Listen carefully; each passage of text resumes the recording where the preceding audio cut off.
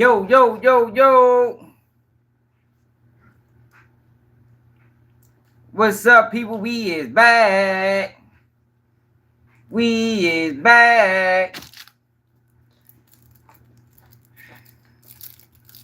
So, look, y'all. 6 new lawsuits on Diddy, y'all. 6 new lawsuits on Diddy. 6 of them. That's what they saying, y'all. That's the word on the street is.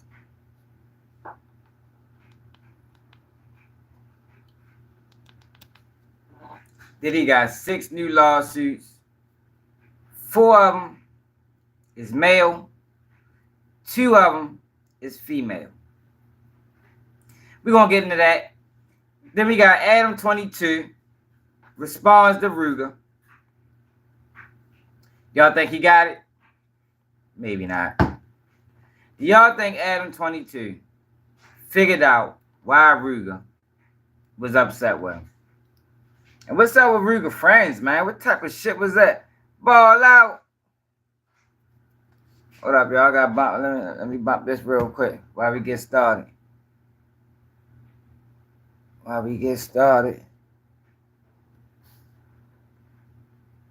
$4,000 a year. My man NESG Chaz. How we got 4 likes and 1? Come on, YouTube. Stop playing games.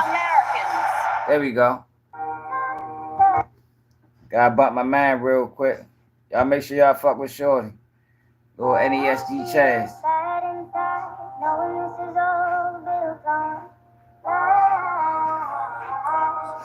We is back. St. Louis in the building. This shit hard right here. Little NASG Chaz. Check him out.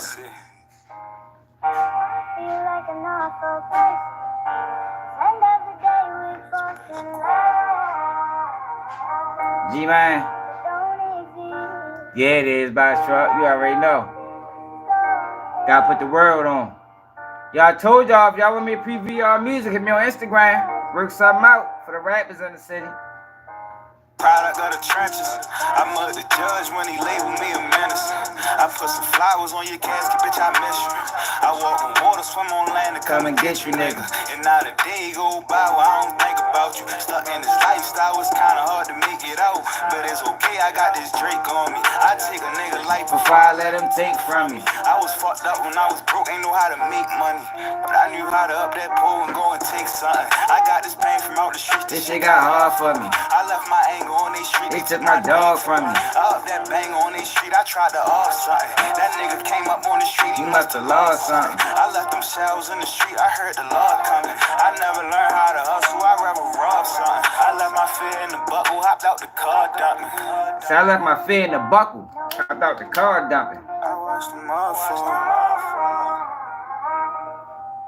I'm thinking what the fuck they took my dog for. I hope he know his young and going hard for him. Ain't no turning back, bitches all trying to bring it to him. I let the child speak out before I have it sing it to him. I told him talk to me pride, but I send an angel to him. He gon' need all kind of guidance, I bring that pain to him. Them niggas posting they gossip about shit they ain't doing. I'm at the top with a chop, but that bitch got range to it. I let it wait while they running, ain't got no aim on. Shit, I been lurking and waiting to get my bang on. I got some 762 with your name on it. 762 with your name on it. See the little shorty, man. What you talking about? The little third leg dude? What's up with shorty? Man, hit that like button.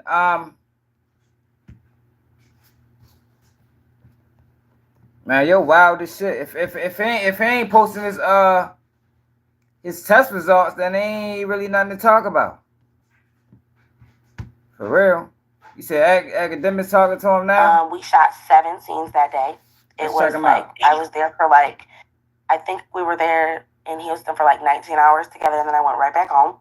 And it was no problems. He edits the content, he sends the content. Like, as far as a coworker, She literally said she. This dude right here. Top. Yeah, have him hang up in Jamaican. Oh shit. Let's see here. Aiden Ross. And the girls' profiles to Prismel, and he's gonna add them in. Okay, now just send the girls' profiles. How are they trying to slander? They trying to slander a black man. I know, man. You can hear me? Yo, if they ain't posting this test results, then they ain't really not. You know what I mean? Like, I mean, it's good to defend yourself, but these girls putting claims on you that can be proven. I mean, it's only one way to disprove them. Yeah, I can hear you, brother. Brother, listen. I'm just here to, get some clarity for the, you fucked the game up with this one, brother. I'm gonna be honest with you, man. Niggas been whacking off to some of these hoes for a long time. Niggas is one. Bloodline. Keeping it a beat. With that ass, yesterday, boy. Like a lot of my friends, they've been flying out OnlyFans bitches for a long time. They call me nervous. So why they just picking him out lying on him? This is like Game 7 nervousness, brother. Let me just. I know you laughing, but I gotta ask, brother. You ain't gonna sit up here and tell me that shorty bitch your dick. Niggas said they seen a goddamn pimple the size of Mount Everest on your dick. No homo. Oh man. You was with shorty. Come on, bro. Like, so you tell me that was just random? All right. For one, there's no. As you see, there's a cut. Literally, it's damn near like the size of a. Yeah, all right. I ain't fucking with y'all. Yeah, I don't know y'all, but yeah, he surely got some shit going on with him. But yo, they say Diddy got new lawsuits, y'all. Diddy got new lawsuits. Let's check them out. See what the fuck going on with old Diddy do it. Diddy didn't. Did he do it? Did he didn't? As San Francisco DA, liberal Kamala Harris let killers go free. And as California Attorney General, 6 new lawsuits have been filed in Manhattan federal court against Sean Diddy Combs, 4 women and 2 men, accusing the music mogul of rape, sexual assault, and molestation of a teenage boy. They're part of a group of more than 100 alleged victims taking legal action against Combs in the wake of his sex trafficking arrest last month. One of the accusers is a North Carolina man who claims Combs sexually assaulted him when he was 16 during one of the famous white parties that Combs threw in the Hamptons. Yo, what was a 16-year-old doing at the white party? Let's continue. Let's see what the fuck going on. They ain't really give us nothing right there. It's 2 minutes long. What's up, bye? Did you see your sister, yo? News exclusive. We are reporting now details on the growing legal battles for rapper Sean Diddy Combs. NBC has obtained new civil lawsuits against Combs, filed in the Southern District of New York, on behalf of 3 males and 2 females, including allegations of rape. NBC's Chloe Melas broke this story for us. Chloe, what else can you tell us about these civil suits? Hey there, these were filed today in the Southern District of New York, and the complaints span from the years 1995 all the way as recently as 2021. These accusations include allegations of sexual assault and rape, and all of the individuals are remaining anonymous out of fear, according to the suits. One complaint actually includes an allegation of sexual assault and rape against a woman in a Manhattan hotel room when she was just a 19-year-old college student. We've reached out to Combs' legal team for comment, and we have not yet heard back. And these are the first civil suits being filed by Texas-based attorney Tony Busby. He was the one that held the press conference last month saying that he was representing dozens of accusers. And he says that the reason that he's filed these suits, I spoke with him earlier, and he said that these are the ones that he was able to corroborate first, that he is still planning to name other high-profile defendants. Now, these suits just name Combs and his businesses, as well as a hotel and another location where an incident allegedly took place. And, this is all happening just less than a week after a New York judge has now said that Combs will separately face his criminal trial on May 5th. The only civil suit that he has settled so far is the one with his ex-girlfriend, Cassie Ventura, who filed that explosive suit alleging sex trafficking, which sort of kicked all of this off last year. And she is central to the criminal allegations against him. And remember, those federal prosecutors, they say that they do plan for a potential superseding indictment with more charges. That's not what they said. Thank you for that. They said it's possible. They ain't said that they planned it. But yo, remember what I was talking about? So this is from the guy that announced 120 lawsuits. He filed 6. This is exactly what I was talking about, y'all. When I said, what if you find out he only filed 2? He filed 6 lawsuits. Now, I found something on Instagram that go in a little bit more detail about these lawsuits. And we can see if we can find some more information. The man filed 6, yo. Why he just didn't announce 6? Why he announced 120? Fuckers don't think that's dirty? All right, here go yo with his test. It says you're positive for HSV1. Yes. So what is that? Can you explain what that means?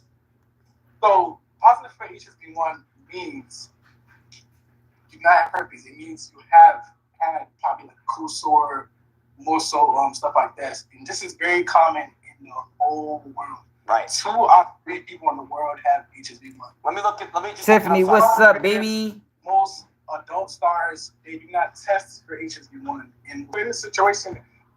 Man, you got something, Nick. Keep that shit real, shorty. Keep that shit real, baby. All right, look. So it says, Doe claims that he bumped into Combs during a Hamptons event, taking a photo with the Bad Boy Entertainment founder, which was included in the filing. Yo, so what I tell y'all, all you gotta do is have a picture with this nigga, and you can get a lawsuit. They begin to discuss Doe's interest in the music industry, moving to a private area where the conversation took an unexpected turn for the worse.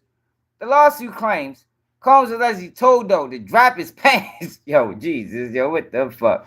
And said, "Don't you want to break into the business?" Hey, yo, what the fuck, yo? Yo, I gotta get my paperwork girl.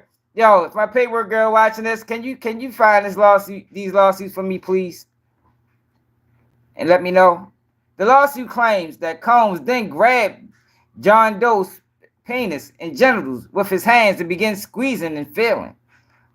Yo, afterward, Combs allegedly told Doe that his people would be in touch. The alleged encounter continues to humiliate and cause shame, Doe lawsuit claims. Yo, what the fuck? Yo, how can you prove this? So a picture proves that. So yo, basically, yo, you can have a picture with Diddy and just make up claims and like, yo, what is that, yo? How can who witnessed it? Was there anybody witnessed this alleged abuse? And what the fuck? Why is a 16-year-old at a Diddy white party? But let's continue. It's more. It's more. Victim 2.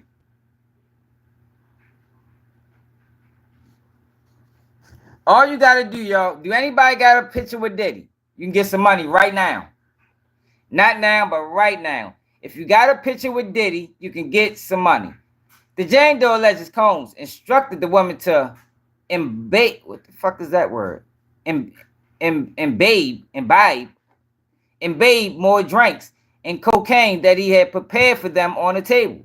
Combs continued getting gradually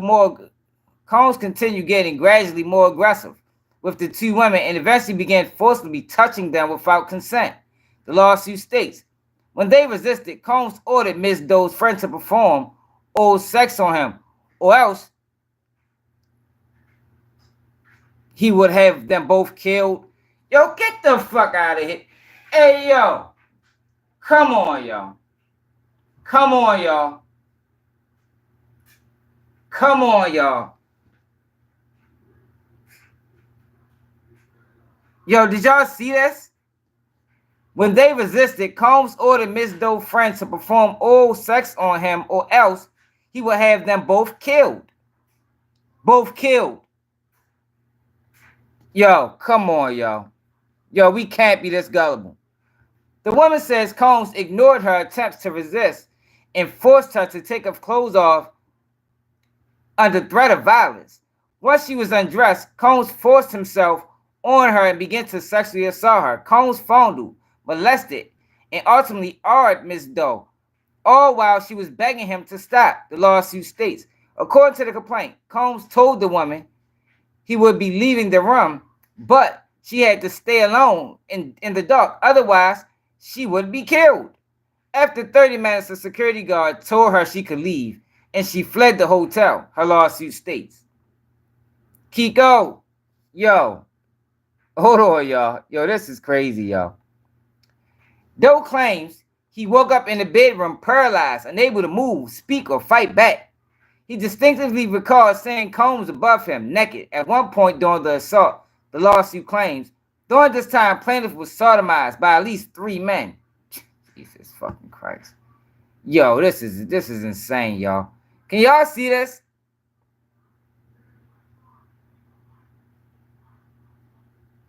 Oh, you just hating. The fucking man flashbacks.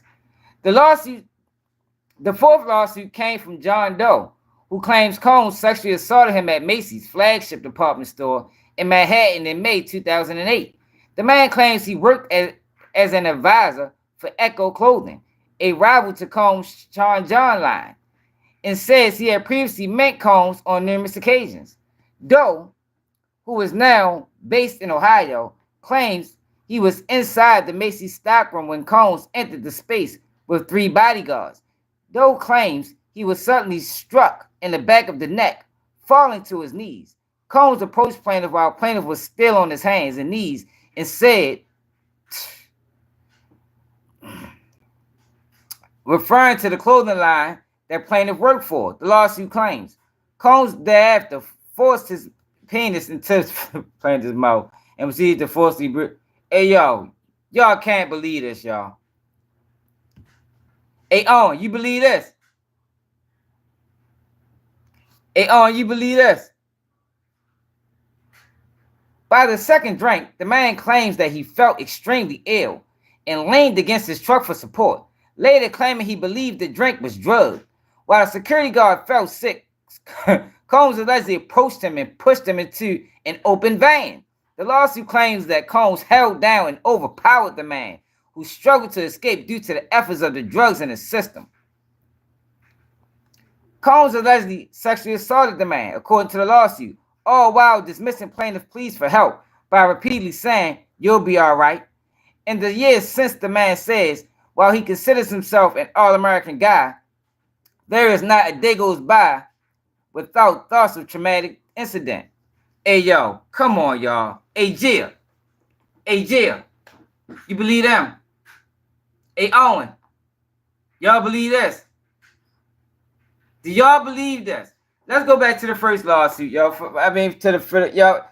I hope my paperwork girl watching. I need these documents. I wish I'd have learned about this earlier today. I'd have had the whole lawsuit. Look at this one. Come on, Jill. Come on now, Jill. Don't do that. Listen to the first lawsuit. The first claim. Doe claims that he bumped into Combs during the Hampton event, taking a photo with the Bad Boy Entertainment founder, which was included in the filing. They began to discuss Doe's interest in the music industry, moving to a private area where the conversation took an unexpected turn for the worse. The lawsuit claims Combs allegedly told Doe to drop his pants and said, "You don't want to break into the business?" Question mark. The lawsuit claims that Combs then grabbed John Doe's penis and genitals with his hands and began squeezing and feeling the teen's genitals. Afterwards, Combs allegedly told Doe that his people would be in touch. The alleged encounter continues to humiliate and cause shame, Doe lawsuit claims. Let's go to the second one. I know a lot of people just came in, so we're going to do it over. The Jane Doe alleges Combs instructed women to imbibe more drinks and cocaine that he had prepared for them on the table. Combs continued getting gradually more aggressive with the two women and eventually began forcibly touching them without consent, the lawsuit states. When they resisted, Combs ordered Miss Doe's friend to perform oral sex on him, or else he would have them both killed. The woman says Combs ignored her attempts to resist and forced her to take off her clothes under threat of violence. Once she was undressed, Combs forced himself on her and began to sexually assault her. Combs fondled, molested, and ultimately argued Miss Doe, all while she was begging him to stop. The lawsuit states, according to the complaint, Combs told the woman he would be leaving the room, but she had to stay alone in the dark. Otherwise, she would be killed. After 30 minutes, the security guard told her she could leave, and she fled the hotel, her lawsuit states. Y'all believe this, y'all? We gotta get more information. Hold up, y'all. We gotta get more information. Damn, y'all, wish I'd have seen this shit earlier, man. Hey, Flim Flam, you watching? I need these documents, please, baby. I need these. The fuck is this? Oh no, this ain't it. That ain't shit. That's old documents, y'all. That ain't nothing new. That ain't nothing new. That's old Diddy stuff we already went through.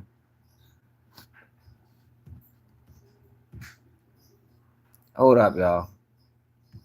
Hit that like button, man. Come on, Jill. Hey, Jill. Come on now, Jill. Come on now, Jill. This shit sound like something made up of the fucking movie. But what I tell y'all, though, before we get into the shit, what I tell y'all, this the guy. This is the guy, y'all, that said he had 120 lawsuits. He announced he filed 6. He filed 6. This is what I've been telling y'all the whole time. 6 out of 120. And he said, oh, I'm still going to name names. You know, I'm still going to name other big names. But these are the ones I vetted. Yo, where's the proof? Yo, they don't say nothing about no witnesses. Yeah, I need all these documents. Yo, Owen, see, that's not the Owen. The freak-offs and the lawsuits are totally different, bro. The freak-offs and the lawsuits are not the same. People got to understand that. It's like apples and oranges. These are the lawsuits. The freak-offs was Cassie. The freak-offs was Cassie. All right, so look, hold on, y'all. We got to get more information on this. Damn, y'all, wish I'd have seen this, man. What's up, Ty? Y'all make sure y'all check out that video I just dropped on ADAM22. Y'all know we go live every day at 11 p.m. Eastern time. You know? And we keeping it all the way real. We ain't. All right, so let's read this. Let's read this, y'all. Can y'all see that? Everybody can see? Is that big enough? The lawyer representing 6 sexual assault victims filed 6 more lawsuits against. Why are they saying 6 more like he filed? Like this ain't the first 6. Let's start over. Lawyer representing sexual assault victims filed 6 more lawsuits against hip-hop mogul Sean Diddy Combs on Monday, accusing the music industry legend of more crimes taking place at his famous white parties, a Manhattan hotel, and the stockroom at Macy's. The stockroom at Macy's, y'all. The 6 victims were being represented by a Texas-based attorney, Tony Busby, who previously announced he was planning to file lawsuits on behalf of his many 120 people, accusing the founder of Bad Boy Records of a litany of crimes, including sexual assault and sexual abuse of minors. In a statement, Busby office said they would let the allegations in the filed complaints speak for himself. I bet you would. I bet he would. All that speaking he did, now he gonna let him speak for himself? Nah, yo, you should do another press conference and answer questions. You should do another press conference and answer questions. The attorney also said they expect to be filing many more cases over the next several weeks, naming Mr. Combs and others as defendants as we continue to gather evidence and prepare the filings. The victims are not identified in the suit and filed under the, what the fuck is that word? John Doe and Jane Doe. All right, let's get to the lawsuits. One accuser stated that Diddy invited him to one of his white parties in the Hamptons in 1998, when the accuser was only 16 years old. Yo, why is he at a white party at 16 years old in the Hamptons, y'all? That's first question. What is he doing there? What is he doing there? The accuser, and where's his parents? The accuser, only identified as John Doe, took a photo with the bad boy founder at the party, which was included in the suit. I wonder if that's in the indictment. I mean, in the lawsuit, like the picture of it, or is it redacted? At the party, Combs allegedly took an interest in the 16-year-old and brought him to a private area near a portable restroom to speak about his future in the music industry. However, the conversation quickly took an unexpected turn for the worse when Diddy allegedly demanded him to drop his pants. The man demanded him to drop his pants, yo. Like, just think about this for a minute. Diddy took him to a secluded area. You at the white party. He said, yo, come on back here. Y'all want to talk to you about your career. And he just said, yo, drop your pants. Nothing else. Just drop your pants. It's like, yo, come on, y'all, yo. Come on. No, they should be asked for ID, but where's the parents? How was he 16 years old and allowed to go to a Diddy party, a white party, at 16? Where's his parents at? He probably was one of the ones that was gifted to the industry. He probably was gifted to the industry. Hold up, y'all. I'm ready to flick it back over. Hit that like button, subscribe to the channel if you new.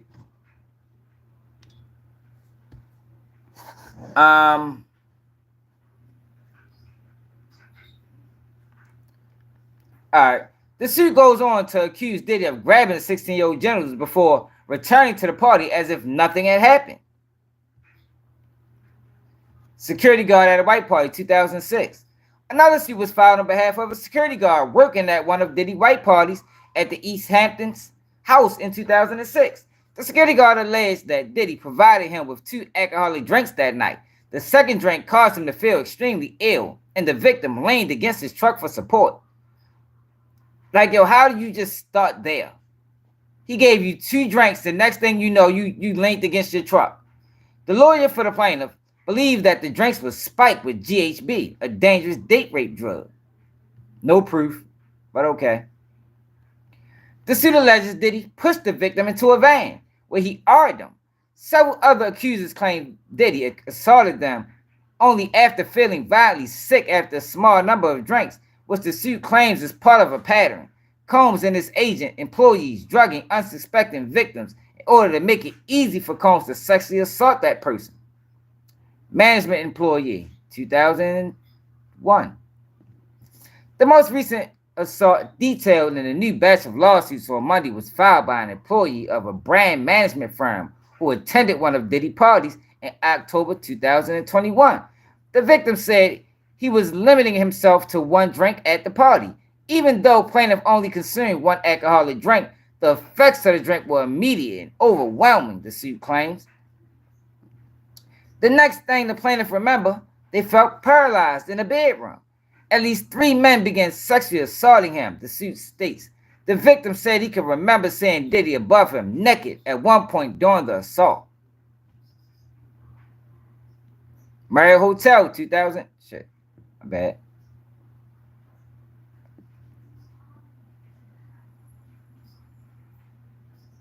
Hold up, y'all. I messed up. Oh, here we go. Marriott Hotel, 2004. Another accuser said she attended a photo shoot for Diddy's group, The Band, the subject of his reality show, Making the Band 2, across the street from her college in Brooklyn in 2004. Diddy met the victim at a photo shoot before inviting her and another female friend to an after party at a Marriott Hotel in Manhattan. When they arrived at Diddy's hotel room, a security guard locked the 2 women in a room alone with the bad boy founder. He allegedly gave them 2 more drinks and ordered them to do cocaine before beginning to forcibly touch them. He ordered them to do cocaine. Okay. So you couldn't say no? It was 2 of them and one Diddy. When they resisted, Combs ordered Miss Doe's friend to perform oral sex on him, or else he would have them both killed, the lawsuit states. Eventually, security guard returned to the hotel room, likely due to Miss Doe's cries. The suit states The victim's friend used the opportunity to escape from the room, but Diddy was still on top of the victim. Diddy eventually left the victim alone in the hotel room for 30 minutes before another security guard told her she could leave. She took a cab back to her dorm room in Brooklyn. Did any of these people get rape kits? Marriott Hotel was named as a co-defendant in the lawsuit in a statement sent to Daily Beast. The hotel chain said they have not yet seen the complaint and have no comment. Macy's stockroom, 2008. All right. Another suit was filed on behalf of his advisor of Echo Clothing, who met with Diddy in 2008 to discuss a potential collaboration between the brand and the rapper's Sean John clothing line. The suit alleges that Echo advisor met Diddy in a T-junction inside the department store's stockroom, where he was flanked by 2 large bodyguards. The victim was quickly hit hard around the base of the neck, possibly with a pistol, forcing him to his knees while the men shouted obscenities at him. The suit claims that Diddy then orally argued the victim, continuing to yell obscenities like "S my D, Echo" at him. After the brutal incident in the stockroom, the suit claims Diddy began grabbing articles of his Sean John clothing line. He left the stockroom and headed out to the Macy's retail floor, where he began passing out merchandise to enduring fans as if nothing had happened. The victim complained to security at Macy's, who said someone would eventually speak to him. Instead, the accuser claims they were banned from the Macy's flagship store. The suit goes on to allege that Macy's pressured Echo's executive to fire plans because Macy's had just signed a multi-million-dollar deal with Sean John clothing line. The victim was fired, and no further action was taken. Macy's was also named as a co-defendant in this suit. The department store has not returned a request for comment. Biggie music video, 1995. Hell of a year. A woman who attended a promotional party after the release of the music video for Biggie's small single, One More Chance, in 1995, alleges Diddy approached the victim, who was dancing with her friends, and asked for a private conversation. When they were alone, he allegedly violently struck her, slamming her head against the wall and causing her to fall to the floor before proceeding to R her. After the R, the victim claimed that Diddy told her, "You better not tell anyone about this or you'll disappear." Hey, y'all, get the fuck out of here, y'all. Get the fuck out of here, y'all. Y'all believe this? Do y'all really believe this, y'all? Like, yo, these are some of the wildest allegations I've probably heard and shit. Probably 15 fucking years. Yo, these are wild allegations, yo. Like, yo, where's the video camera proof? Where's the R kits? Where's the witnesses? Yo, like, yo, what is this, y'all? Yo, what is this? Like, yo, this is what the press conference was about.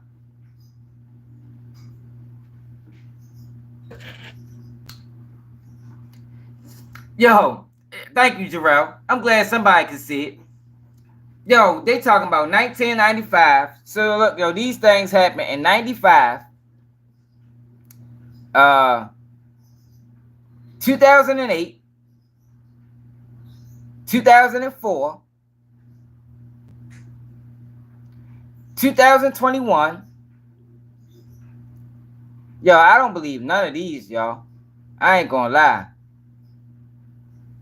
With the Echo situation, Diddy might have pressed to do that Echo, but I don't think he sexually assaulted him.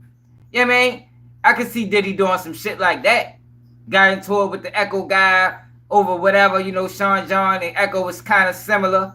They might have had a little dispute, and he got his bodyguards, they put hands on him. I could see that happening. Definitely could see that happening. But the extra stuff, he made you, like, yo, come on, yo. Like, yo, fuck out of here, yo. These lawsuits is bullshit. Yo, right now, if you ever been in the vicinity of Diddy, man, y'all bet, man. Hey, reach out to that attorney. He taking everybody. If you got a picture with Diddy right now, it don't matter if it was 1984. You can get some money, man. Straight up.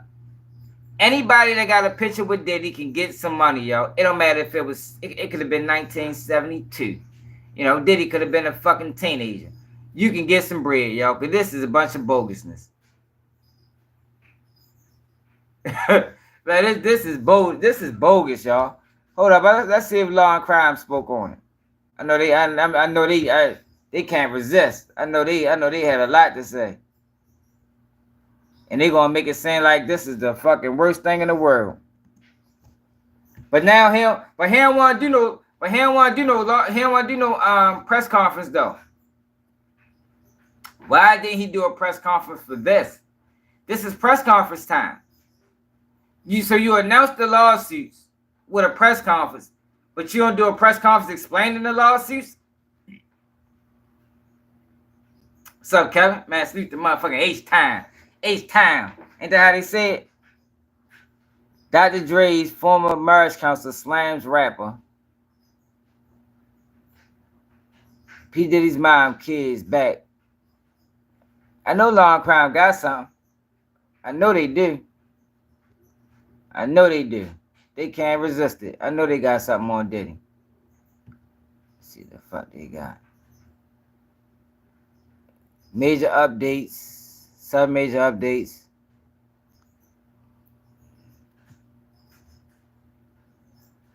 Law and Crime ain't dropped nothing yet. They late. They is late. 7 major updates. Defense pushes quick. Let's see what this talking about right here, y'all.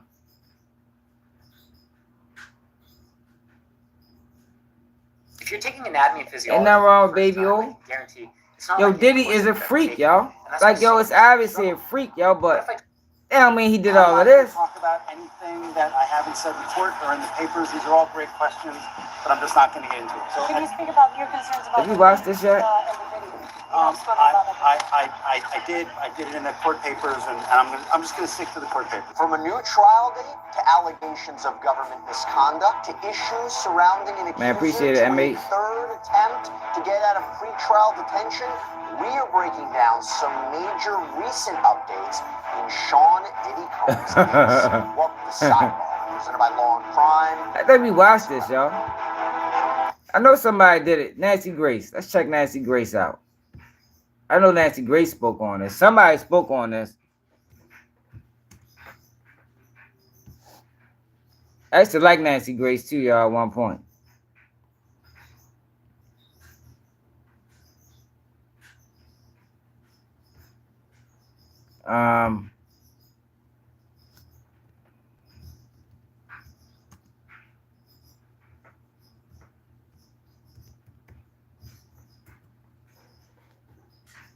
Latest on Diddy.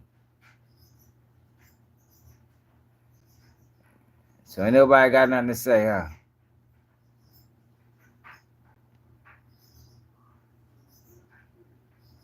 The accuser. Hey, y'all, I'm not buying. Shit, honey, I ain't lying. Shit, you sure the fuck. I mean, horsey sauce, you right. You can. A lot of these guys are weirdos. Did you see the text messages that I read of Kanye West? They are weirdos. A lot of them. Most of them probably. Y'all. You gotta realize, yo, a lot of these entertainers, they didn't get girls until they got money. You know, so, you know, they a lot of them late bloomers. So a lot of them are weirdos. But that don't mean Diddy out here moving like that. Like, I'm sure he done some things. You feel me? But, yo, them lawsuits sound frivolous to me. Sound frivolous. He said he told him to come to the party, and he just told him drop his pants. Then you got a bodyguard talking about Diddy gave him 2 drinks. Next thing you know, he drunk on his car. He can't move. Then Diddy drug him into a van. And next thing you know, he waking up. It's 3 men over top of him. Like, man, fuck out of here. That shit garbage.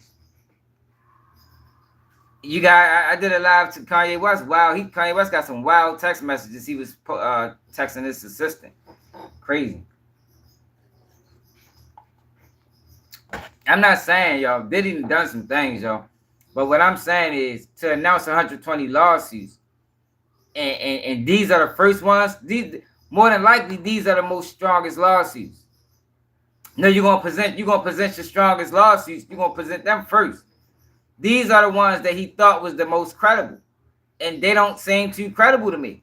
I can just imagine what the rest of them gonna look like. God damn, he might only file 3 more. Like, I don't even think he gonna file nowhere next to close to 120. He might file 10, but they are bogus.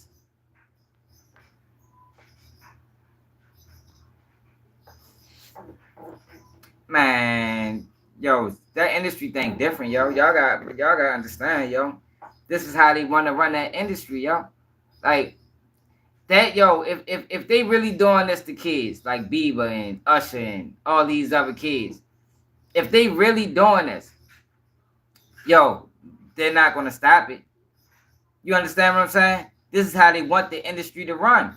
Only way to stop that process, if it's real, is to start arresting parents. If they're not holding parents accountable, yo, there's nothing gonna happen, yo. When you got situations like Bow Wow, who said his mother gave him the fucking Snoop Dogg.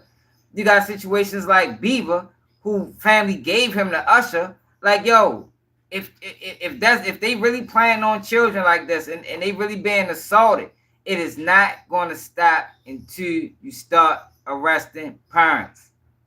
If they're not arresting parents, still, to me, they don't care. If they're not arresting parents, yo, to me, they don't care, yo. We can go back to the R. Kelly case. Y'all remember that live we did for the people that watched that live? I read you text messages of the mother of one of R. Kelly victims or girlfriends, whatever you want to call them, coaching her daughter how to seduce R. Kelly. She coached her. She coached her, y'all. How R. Kelly get 30 years and she don't do a day in jail? It don't make sense. That man quote 30 years, she didn't do a day in jail. And this was post Aaliyah. You know, the allegations on how he moved was already out. So what I'm saying is, if they really have a problem with this shit, attack it aggressively. Don't just be picking motherfuckers every now and then and make you the face of it. Meanwhile, it's still going on. Nah, fuck no, that's not justice, y'all. That's bogus. That's bullshit. Yeah, that's not justice. Even with this Diddy thing, yo, like, yo, they not going after Diddy because they care about victims, y'all. They going after Diddy because Diddy crossed the line with that company. We know what it was. We even talked about it at length. So it's like, in one of them videos I did not too long ago, Sleep to Pittsburgh. In one of the videos I did not too long ago, Diddy lawyer even said that. Like, yo, the government knew about Diddy for 30 years. 30 years. Now all of a sudden Diddy's a problem. He's this monster. He needs to go to jail. It's like, yo, if this how he was moving, why y'all ain't been go after him? I told y'all, yo, justice delayed is justice denied, yo. That's just what it is. Justice delayed is justice denied, yo. This ain't about justice. This is about revenge.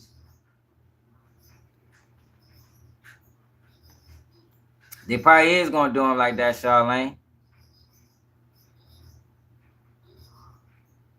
They probably is going to do him like that.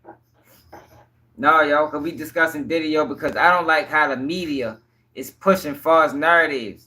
You got a man that announced 120 lawsuits, but now he don't want to talk about the lawsuits. He just grandstanded 2 weeks ago, however long that was, but now he don't want to talk about the lawsuits. He said the lawsuits speak for itself. You should be able to answer questions to these. You got Gloria Allred, who, y'all, we seen her press conference. She ain't say nothing. The people asked, the reporters asked her questions. She didn't have no answers. Now you got two people now that came out and said, yo, she reached out to me, try to offer me $3 million. She reached out to me, try to get me to corroborate her story. I'm just trying to get people to understand, yo, that this is a lot of this going on. In the video yesterday, yo, we talked about COINTELPRO. What they doing to Diddy right now is COINTELPRO 2024. That's what it is. They killing him in the media so they can run over top of him in court. They turning the people away from him so they can run over top of him in court. But what if the court What if the court proceedings is bullshit? Then what? What if these charges are trumped up? So what if the media is turning everybody against Diddy? So Diddy can lose with these trumped up charges that's not even real. That's what I'm trying to get people to understand.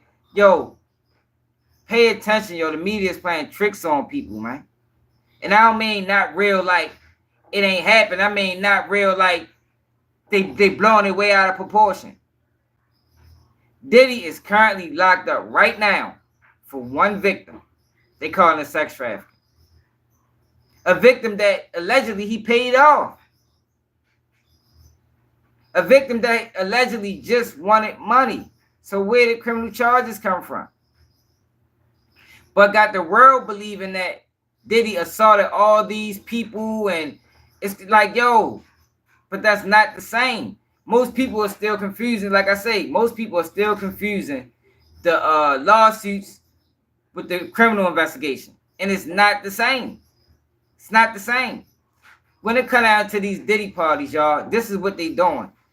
Yo, plus, yo, we got to remember, too, y'all, that post-Me Too era or pre-Me Too era, yo, things was different. Now, was it right or wrong? A lot of it probably was always wrong. But, yo, back then, things was different. You can do different things back then, yo, and it wasn't deemed assault. It wasn't deemed, you understand? So, how can you then come back all these years, and then you file lawsuits for things that back then in those times was acceptable? Not saying everything. I'm not even picking out situations that we just heard in their lawsuit. I'm just saying in general. Before Me Too era, yo, things was different, yo, in a relationship between men and women, or men and men, or however you want to look at it. But what they're doing is they're going all the way back into times where things was different, and they saying, no, I'm suing you for that. That was assault. That was this. But back then, nobody called it that. Back then, it's just what it was.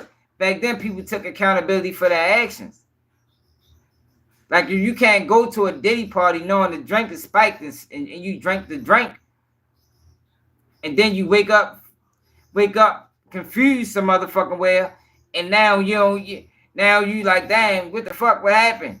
Like, what you mean? You knew the drink was spiked. The whole party knew. That was the theme of the night. The theme of the night was we was spiking the drinks. Everybody knew. It's either you can drink it or you can leave. Yeah, but I blackmailing them, like, how? Like, where's the blackmail? There's no blackmail in this. Like, where's the blackmail? Maybe with Cassie, but that's not the lawsuits. That's the indictment. He probably did do some blackmailing to Cassie. Well, I call it white mail. But, yeah, he probably did do some of that to Cassie. But you got to remember, too, y'all. This was somebody he was in a relationship with. This was his girl for 10 years. They just was freaky. They involved themselves in freaky activity.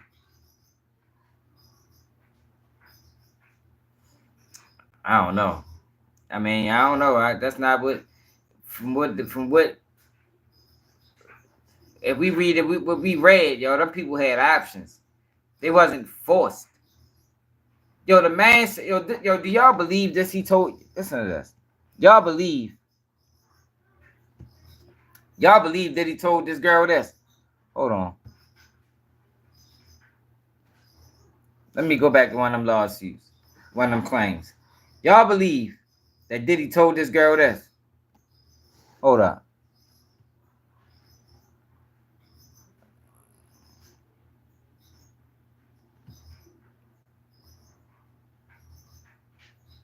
I think it's the second one.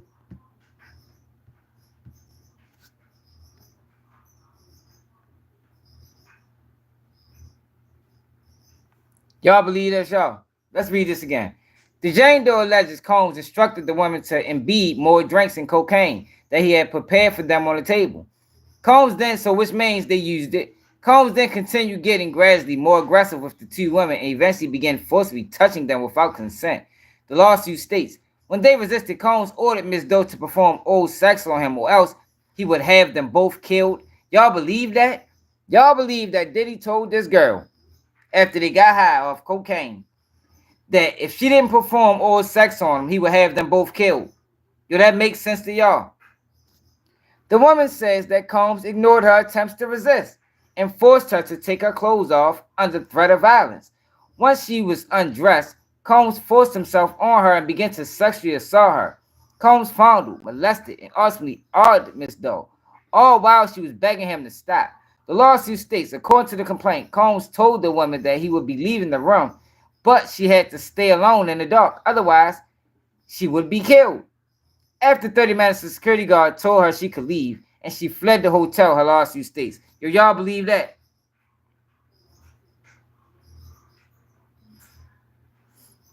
Yeah, and this girl supposed to have been with somebody. If we go back to the other paperwork, hold on. Let's go back to the other paperwork.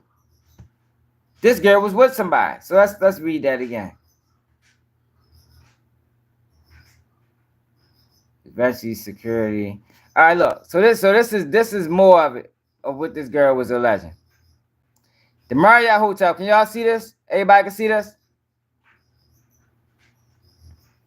The Marriott Hotel.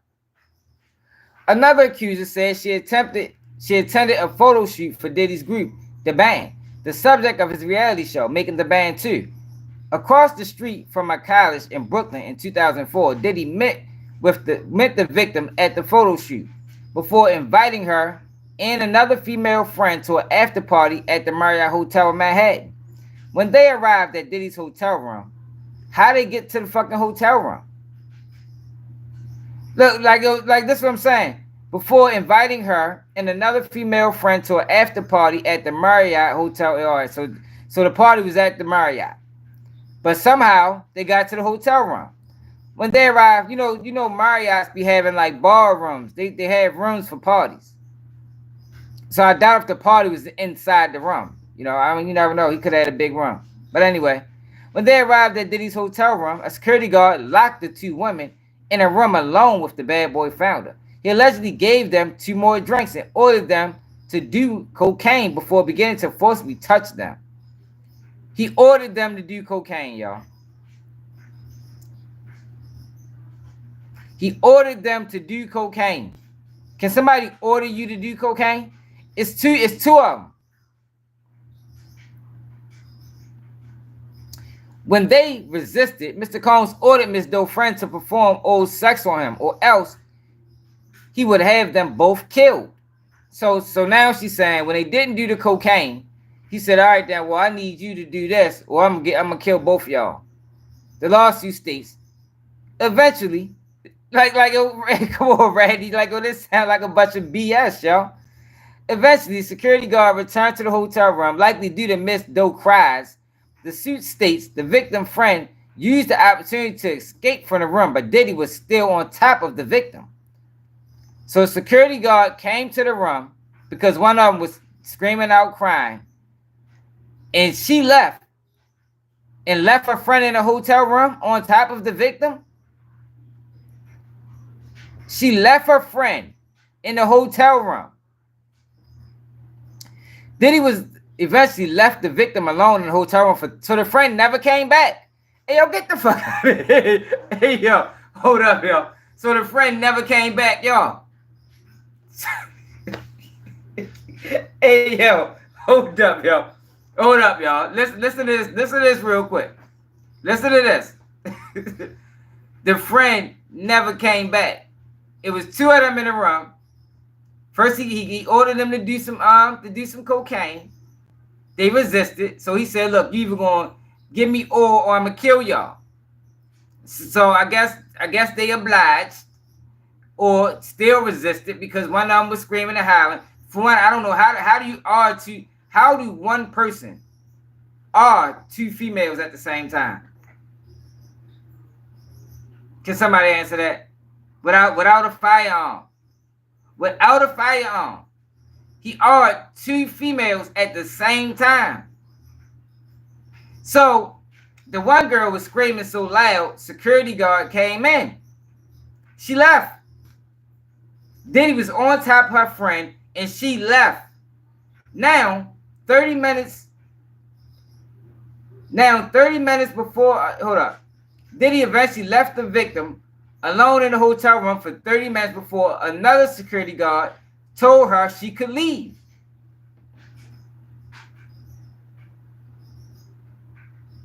Come on, y'all. So her friend just left her. She never came back. A whole 30 minutes went past. Her friend ain't get no help. She just said, fuck that, I'm out of here. Yo, how many people been to the club with their friends? Yo, is that likely, yo? Yo, it's to me, yo, it's more, is it likely or not? You know, we go by likely, less likely, more likely. You know, that's why we learn that in school. Probable, you know, what's the chances, odds, yo, those things, yo, we learn in school, yo, that you use in everyday life. What's the chances and the odds and the probability that this girl was in a room with Diddy, two of them, her friend got odd, she left and never came back? Let me know. What's the chances? I think that's fucking slim to none.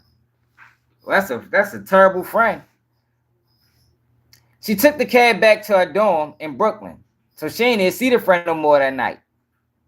Like, yo, come on, y'all. I'm not buying this shit, man. Man, we ready to switch gears. If I can get the whole lawsuit, I'm ready. If I can get the whole lawsuit, I'm gonna try to get it for tomorrow. Might can get it by tomorrow evening. We'll go live about that shit tomorrow evening. But I'm not buying that. As it stands, I ain't buying it. So yesterday, y'all, we did a video. We talked about ADAM22 and Rooga. Y'all want to watch that again? I guess we can check that out one more time. Just let it play through. Just so everybody know what we got going on. Yeah, I think that's bogus, y'all. Make sure you hit that like button, subscribe to the channel if you're new. All right, so yesterday we talked about this. It's Diddy. You don't want to offend them. It gets ugly. Said about you that obviously is a soft spot. I mean, I do think that's fair if you want to do that. I understand that horse sauce. This is what I'm saying, though.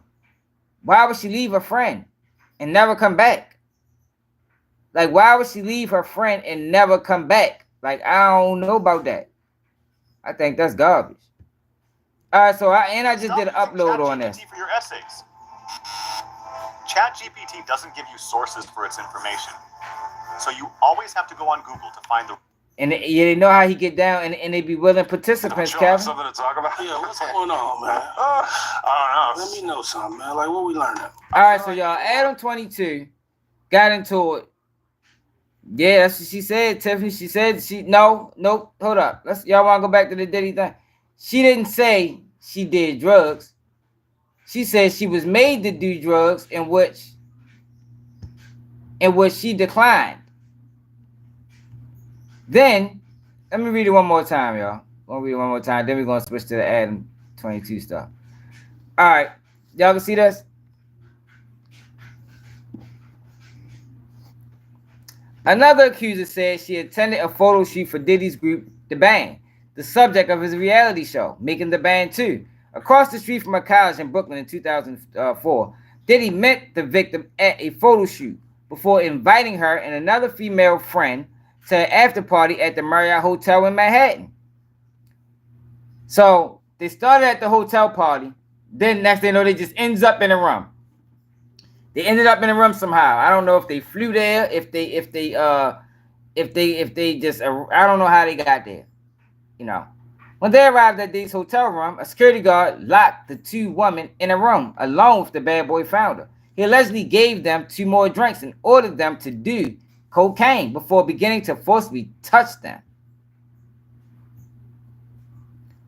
When they resisted, so we don't know if they resisted the cocaine or they resisted the touching. We don't know. Combs ordered Ms. Doe's friend to perform oral sex on him or else he would have them both killed, the lawsuit states.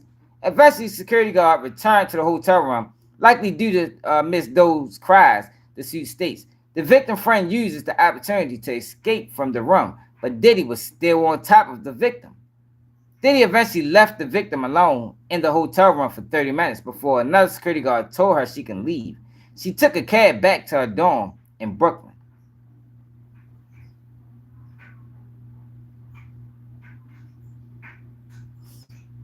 Man, I don't know, man. So what y'all think about that? I think that's a bunch of bogus. Now, let's go to this one. We're going to read them all again. God damn it.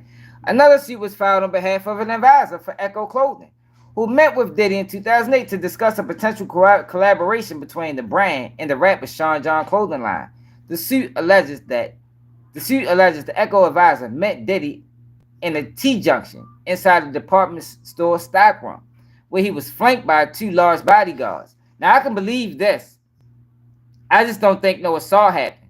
I can definitely believe that he did this, but I don't think it was no assault. He probably just beat him up. The victim says he was quickly hit hard around the base of the neck, possibly with a pistol, forcing him to his knees while the men stood and shouted obscenities at him. So these men just sat back. The suit claims Diddy then orally argued the victim, continuing to yell obscenities like, "S my D, Echo." So the bodyguard sat back and watched. So it's 3 guys, and it's 2 guys, Diddy, and the other guy. And the bodyguards just sat back and watched this. I think Diddy might have just beat him up with the bodyguards and left it like that. After the brutal incident in the stockroom, the suit claims Diddy began grabbing articles of Sean John clothing. He left the stockroom and handed out the Macy's. He left the stockroom and handed out to the Macy's retail floor, where he began passing out merchandise to an enduring crowd as if nothing had happened. The victim complained to security at Macy's, who said someone would eventually speak to him. Instead, the accuser claims they were banned from the Macy's flagship store. The suit goes on to allege that Macy's pressured Echo's executive to fire plaintiff because Macy's had just signed a multi-million-dollar deal with Sean John Clothing. The victim was fired, and no further action was taken. Macy's was also named as a co-defendant in this suit. The department store has not returned a request for comment. I can believe this happened. Without the assault, though. Without the assault, I can believe this happened.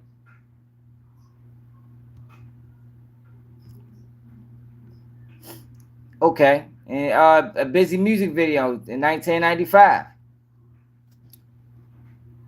A woman who attended a promotional party after the release of a music video for Biggie Smalls' single One More Chance in 1995 alleges Diddy approached the victim, who was dancing with her friends, and asked for a private conversation.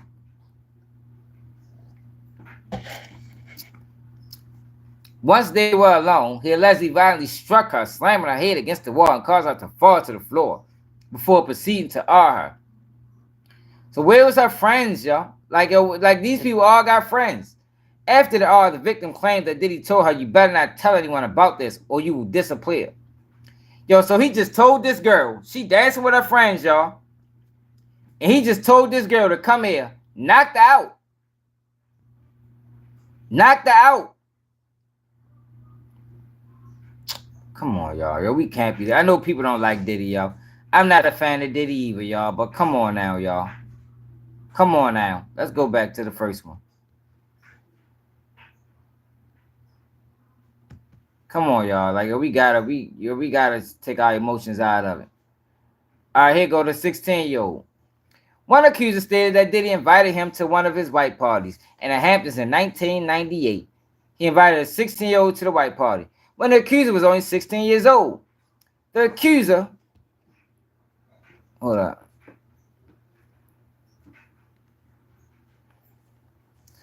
The accuser, only identified as John Doe, took a photo with the Bad Boy founder at the party, which was included in the suit.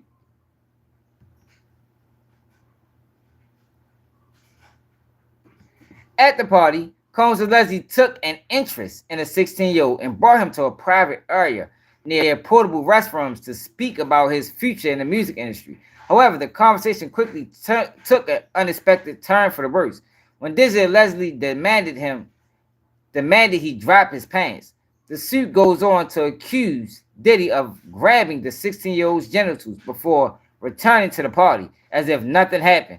So he told him, he told him go in his room, right? Take off his pants and just grab his genitals. Just grab his genitals. Come on, y'all. I'm not buying this shit. Security guard. White Party, 2006. Another suit was filed on behalf of a security guard working at one of Diddy's white parties at the East Hamptons house in 2006. The security guard alleged that Diddy provided him with 2 alcoholic drinks that night. The second drink caused him to feel extremely ill, and the victim leaned against his truck for support. Lawyers for the plaintiff believe that the drink was spiked with GHB, a dangerous date rape drug.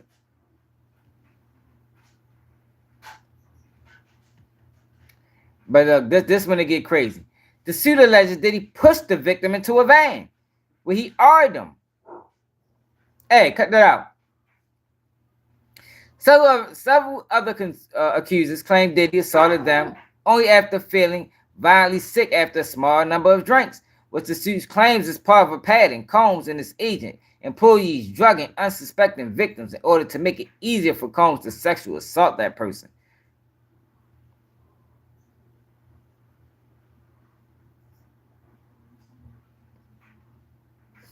You understand, Randy? Like, yo, none of this shit don't make sense, man. No, Milan. No, this ain't her. This the guy. This is Tony Busby's lawsuits. This is the guy that announced he had 120 groundbreaking lawsuits, 25 of them juveniles. This is that guy. He filed 6 of them, and they all sound frivolous. They all sound meritless. They don't sound believable.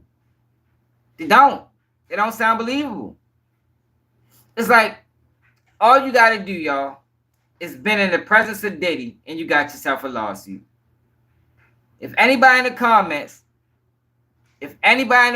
been around Diddy, reach out to Tony Busby, Gloria L. Red, get yourself some money, man.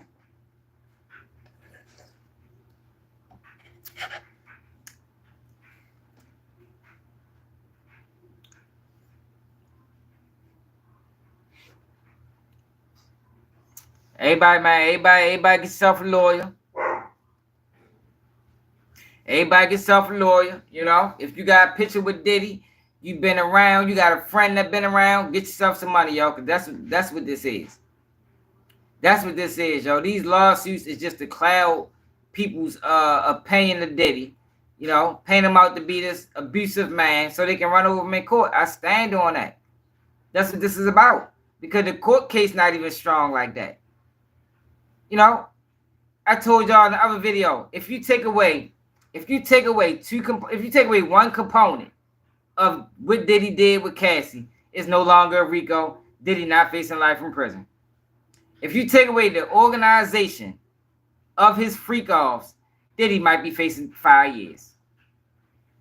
But since it's a RICO and you hear life in prison, people think the worst.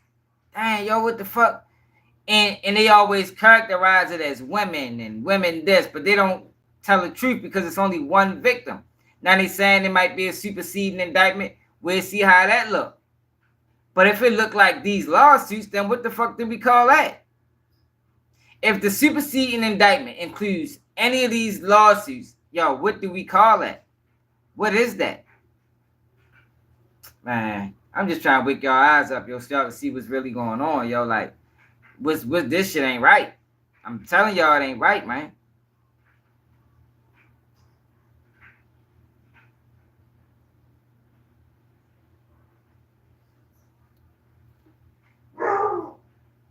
You said what?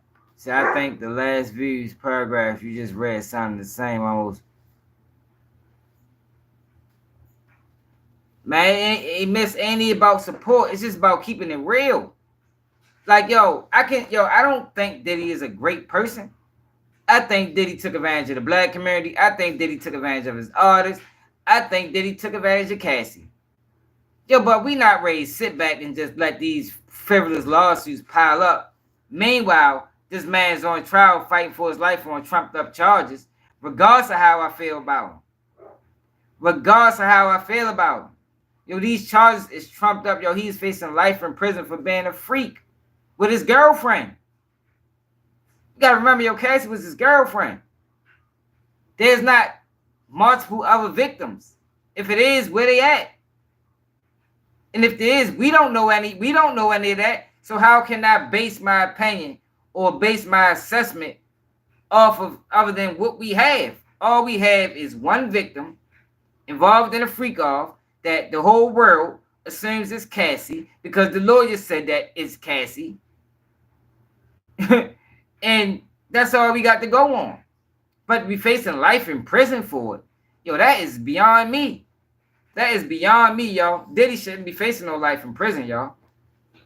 And for the media to continuously put out false narratives and confuse people, yo, that's irresponsible on the media, yo. The media is irresponsible for doing that.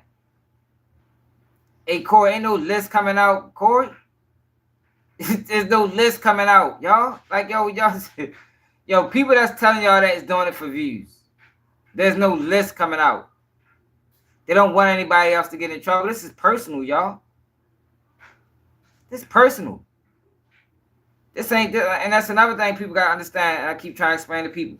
Yo, this not about victims of assault. This is personal. This is a personal vendetta. And Cassie and everybody else is just being used because of these people had a personal vendetta against Diddy. That's what this is. This is not about justice for all victims. This is not about cleaning up the music industry. This is not about wiping the slate clean. This is not about removing sexual predators from the music industry because they don't want that to stop. That's business as usual. They don't want none of that to stop, y'all. Ain't nobody else going to jail.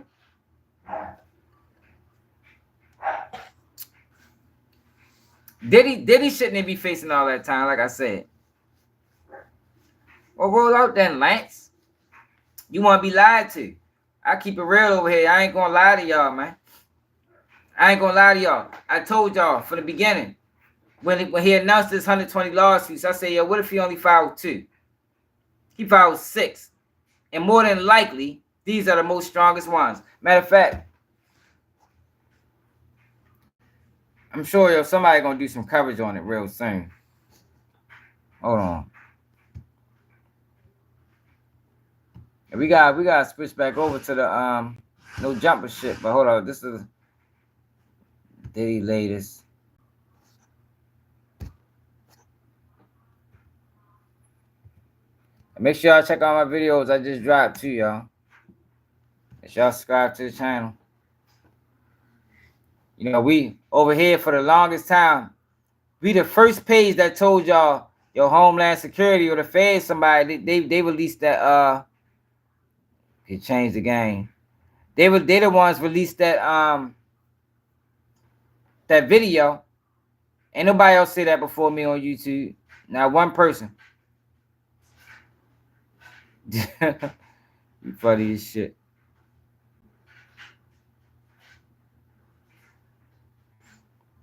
Yeah, but it ain't gonna be no less. Like we ain't nobody else getting in trouble.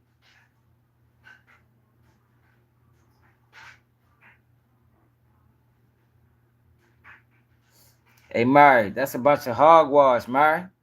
That's hogwash, man. That ain't real. Joining us now. Hey Corey, this is what you gonna hear. I already explained it, but I guess there's a lot of new people here. This is what you're gonna hear. And I explained it in one of my other videos. Diddy had parties. So let me pull up a picture. Let me pull up a picture real quick. Show you what you're gonna hear.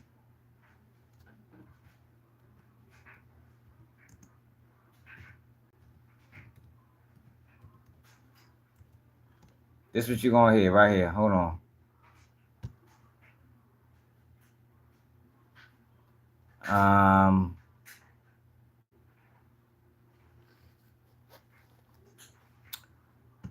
This is what you're going to hear. Damn, hold on. It's not a good picture.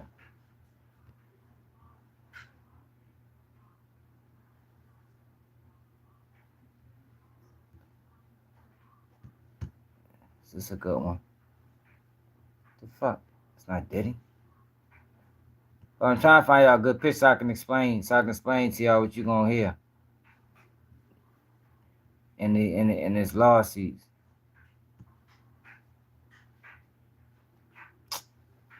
Where the fuck is that picture at? They had the girls in there.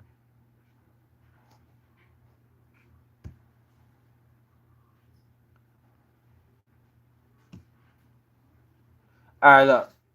This what you're gonna hear right here.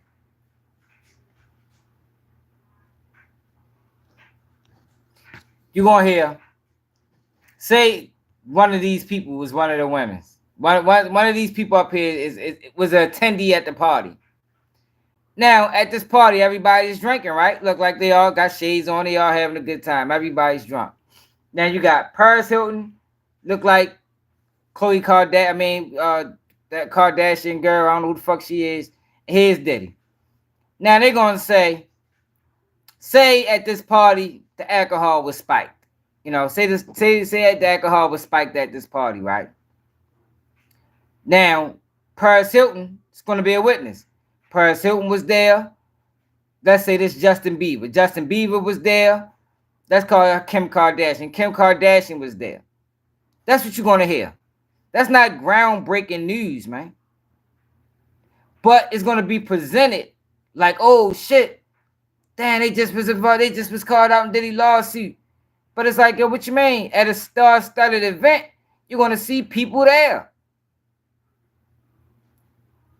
Oh, he said Scott Storch. I call him Justin Bieber.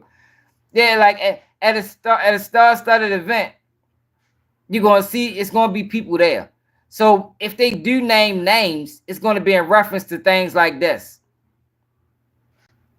It's gonna be y'all funny shit. My bad, yo. He said Scott Storch. I forgot about y'all. Yeah, it's gonna be right. It's gonna be in reference to things like this, y'all. Look, what's that? My man Tommy Lee. Look, say she was at the party and got drunk and got too drunk. She gonna say Tommy Lee was a witness. Elton John was a witness. But a witness to what? These are all grown folks having a good time. Let's say it was something in the alcohol. Everybody knew though. Everybody know the alcohol is drunk. It's spiked. That's what you do at Diddy parties. We spike the drinks. Everybody know what it is when you're coming through the door. Yeah, man, pick your poison. But it's not gonna be what it's not like. That's nothing, y'all. That's not groundbreaking. It's not groundbreaking. But the way they're gonna present it like it is. Look, it's always stars there. Look at the baby powder picture. The baby oil. Diddy, wow, the shit all I got that baby oil. Yeah, like that's all it's gonna be, y'all. Look, my man was there, Quavo was there. Look, she got drunk. Say she got too drunk and passed out. He gonna be a witness. Jay-Z was a witness. Like, that's all it's gonna be, y'all. It's not gonna be what y'all think. But they're gonna present it like it's something else.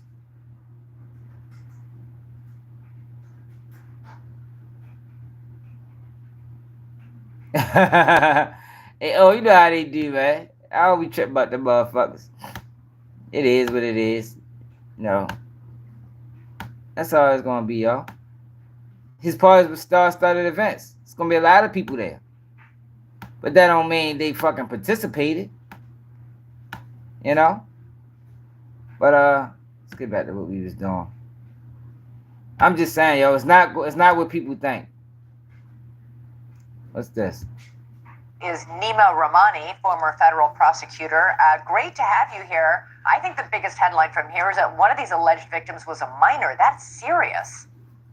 Very serious, and I agree with you, Elizabeth.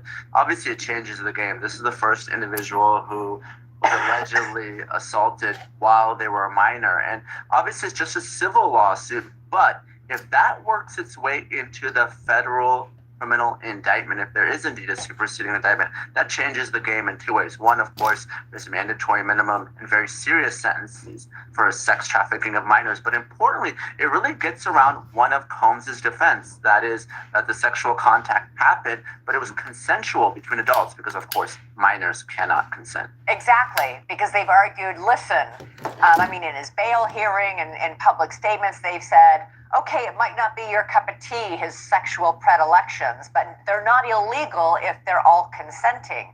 A minor cannot give consent. Exactly, Elizabeth. I know, Milan. It's a lot of that. These lawsuits are frivolous. See what it is, y'all? I'm gonna tell you what it is. Sexual assault is a real thing. It's a real thing. Then you got a lot of women that experience that. It's a sad situation. So whenever you throw something out there like that, people tend to, how am I gonna say this? They tend to look at it through their eyes, from their life experiences. If y'all understand, if that makes sense. People look at it, that's all we can do. All we can do is look at it from what we've been through. So it's a horrible thing. So when you hear that, a lot of people just straight go to, man, he did it. Just because they done been through some trauma things in their life. But what we got to understand about this industry, y'all, it's a different world. It's a different world. Their world is drug-fueled sex parties. That's how they live. And when you involve yourself in that world, you know this. That's why you want to be there. That's why you want to be there. You want to be in that world because it's party time. It's a rock star lifestyle. So you can't want to become a part of this rock star lifestyle that these people is living and hang with the rich and famous and not indulging with the rich and famous indulging. But then years later, you want to cry victim. No, fuck no. You was a willing participant in that shit, man. No, Mari. That's different. You see how you just confused the two? That's what the news is doing. It's confusing people. The lawsuits is different from the freak off. The lawsuits and the Diddy parties aren't freak offs. The Diddy parties are Diddy parties. The freak offs is between him and Cassie. Diddy did some wrong things to Cassie. I'm sure he did. We seen some. But should he be facing life in prison for it? Man, hell no. She was with that man for 10 years.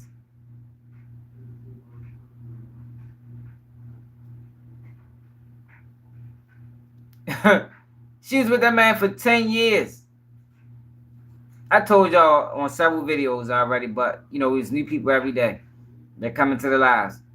Yo, I think what happened with Diddy and Cassie was, I think at one point Cassie enjoyed the freak offs. I think she enjoyed the freak offs. I think Diddy just started wanting them too frequent. His sexual desires wasn't getting met, so the freak off started getting more freakier and freakier and freakier, and she felt uncomfortable.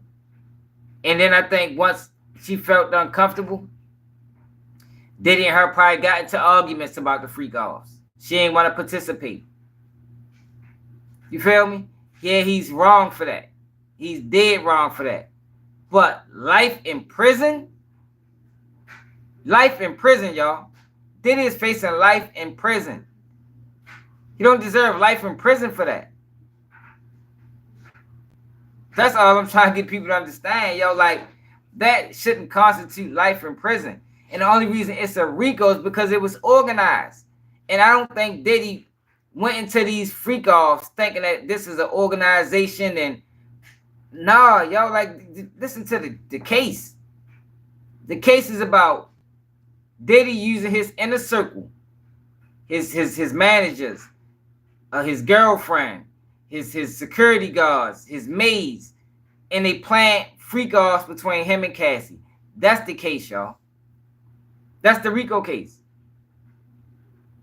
Now, the lawsuits is trying to get Diddy for everything he ever done in his past. Any bad decision he ever made. But they bunching it all together into the public perception. It looked like he's a monster. He's a monster. He's just doing this and doing that. And in reality, yo, when you live in that lifestyle, yo, that's the lifestyle.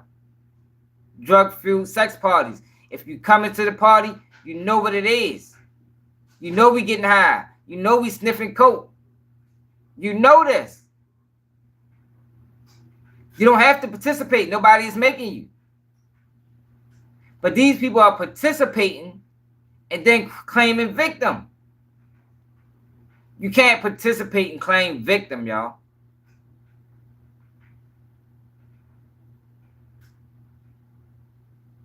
That's all I'm trying to get people to understand. Yo, you can't participate and then claim victim. Like he's not holding a gun to none of these people's head. Like, did y'all hear them lawsuits? Them lawsuits sound crazy.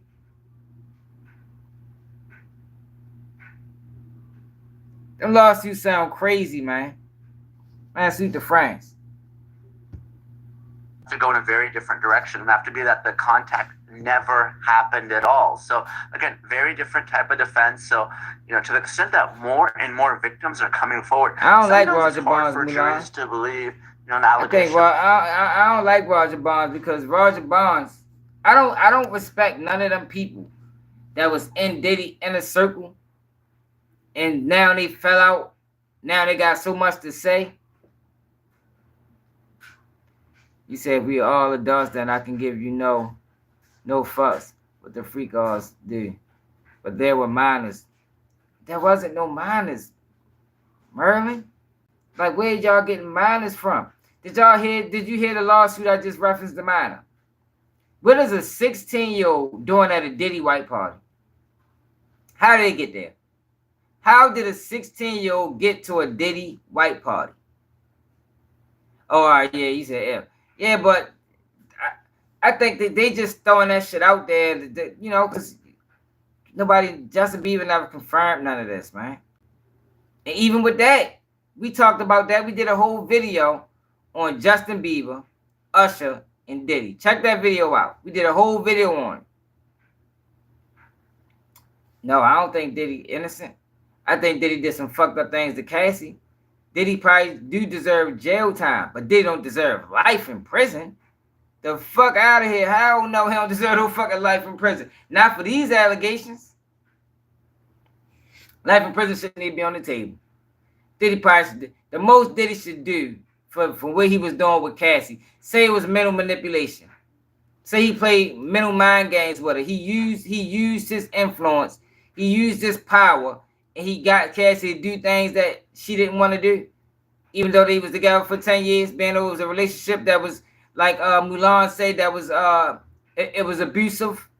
You know, Cassie done hit on him too. Man, did he get 5 years for that? 5 years fair time. But not life in prison. He don't deserve to be drugged all through the media or dragged through the media with frivolous allegations. You know? No, yo, we not doing that over here, man.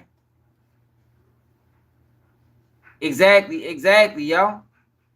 Bet, be more careful. She took money. Cassie got money. That's what she wanted. She didn't want jail time. Cassie wanted money. She got money. I mean, that's supposed to be her remedy for everything he put her through. Now y'all trying to send him to jail too? That's crazy, y'all. That's crazy, y'all. I can't believe there's that many people backing it. Like, that's crazy, yo. It should be an outrage for real. But the reason why it's not is because Diddy got a fucked up resume. You know, he did a lot of people wrong. He just stepped on a lot of people. But let me tell y'all something. Most of these billionaires stepped on people. Yo, in order to reach $1 billion, yo, you gotta be a shitball. You gotta be a slime ball. You can't move with integrity. You can't move with any morals or any regard for people's feelings. That's what it is. It's almost like being a lead detective. You You know, in order to be a lead detective, yo, you didn't have to participate in a little bit of dirt. You had to. So you're gonna get promoted. It's the same concept.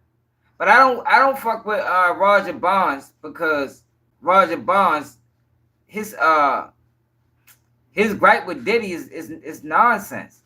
He wanted Diddy to pay for his son went to fucking Africa and killed somebody with a person he didn't even know and got arrested there. His son went to Africa and killed somebody that he didn't even know and got arrested there. And he was mad that Diddy only gave him $25,000. So now his whole campaign's against Diddy. What you disagree with, miss? About what?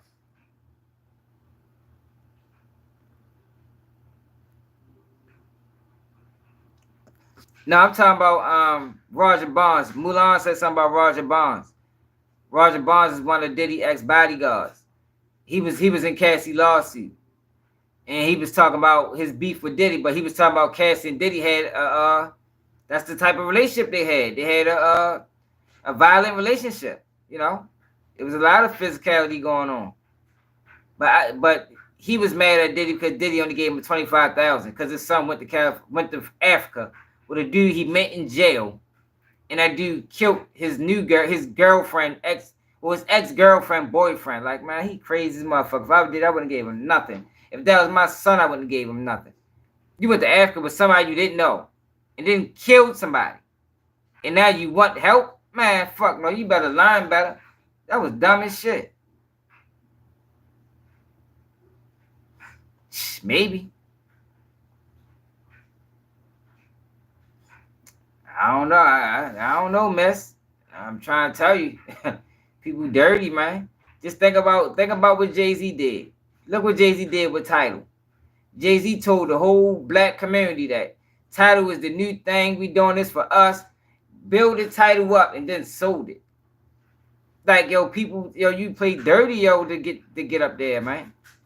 Look at what these people doing to Diddy. They doing them dirty. Diddy done worked with these people for 15 years. Built Ciroc up to be a fucking juggernaut in the alcohol industry. Then they told him that he was going to get his own alcohol. And the minute he got his own alcohol, they didn't give him nothing in return. They didn't promote it. They didn't support it. They didn't brand it. They didn't do nothing. So he tries to sue, and then they crushes him. That's dirty. That's business. Business is dirty, y'all. Everybody talk about the streets. Yo, business is worse. High-level business is way more cutthroat than the streets. Way more cutthroat. But nobody wants to talk. Nobody likes to talk about that. Nobody likes to talk about how cutthroat high-level business is.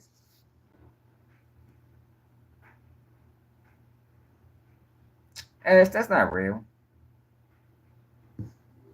That was doctrine. Hit that like button, subscribe to the channel if you're new. We only got 48 likes, y'all. One or two victims, but when victim after victim, dozens now who are coming forward and telling the same story of physical and sexual violence, drugs, Diddy's security being involved. Very serious rape allegations. It's going to be very hard to disbelieve. Yeah, we should never forget that even though Bill Cosby's conviction was overturned, one of the things that earned him that conviction was the litany, and they later ruled it was prejudicial. So many people were coming forward. Same thing in the Weinstein case. Woman after woman after woman telling identical stories. One of the victims in this lawsuit filed today against Sean Combs alleges that Combs forced him to perform a sex act in the stockroom of a Macy's department store. Macy's is also named in the lawsuit. Why?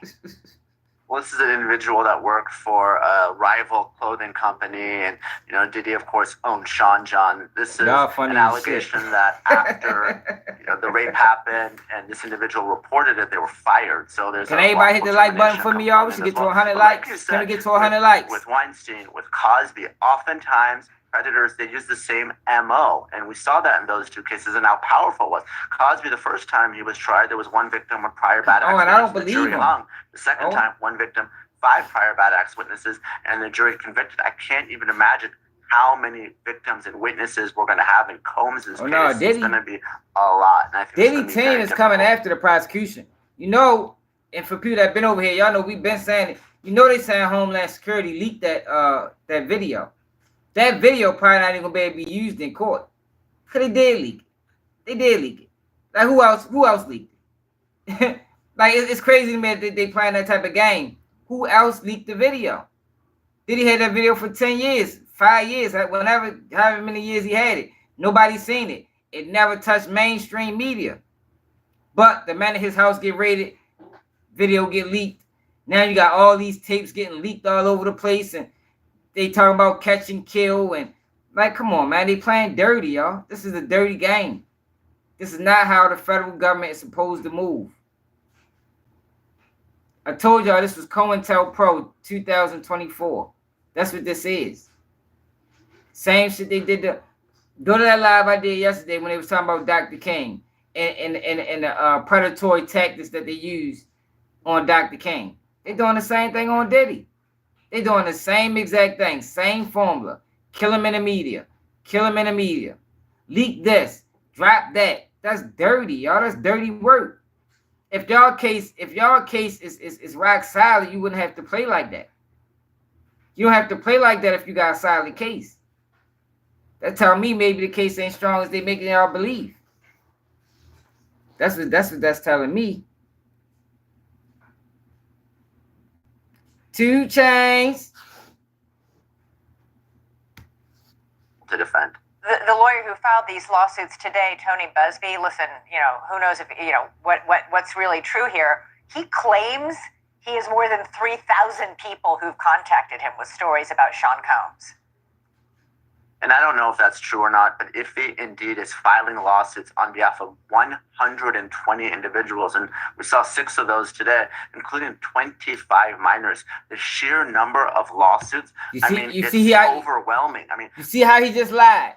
This is what I'm talking about. Yo, this is what I'm attacking, yo. I'm attacking the lies.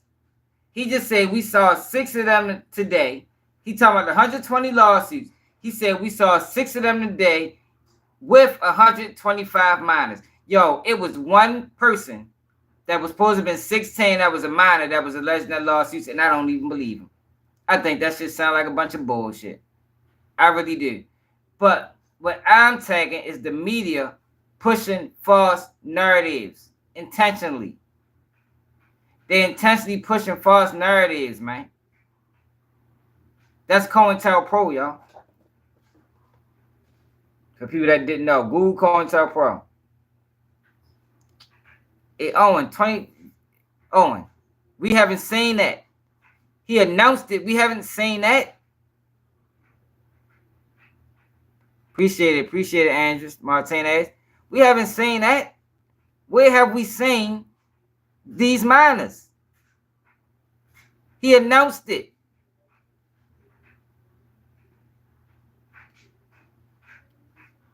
He didn't file them. He only filed 1. We're talking about someone that was reportedly worth $1 billion.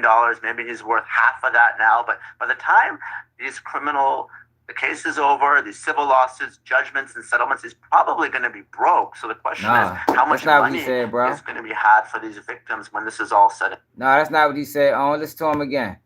Look, listen to how he compounded. Ain't that what they call it? Listen to how he compounded 25 alleged minors with the 6 lawsuits that just got filed today.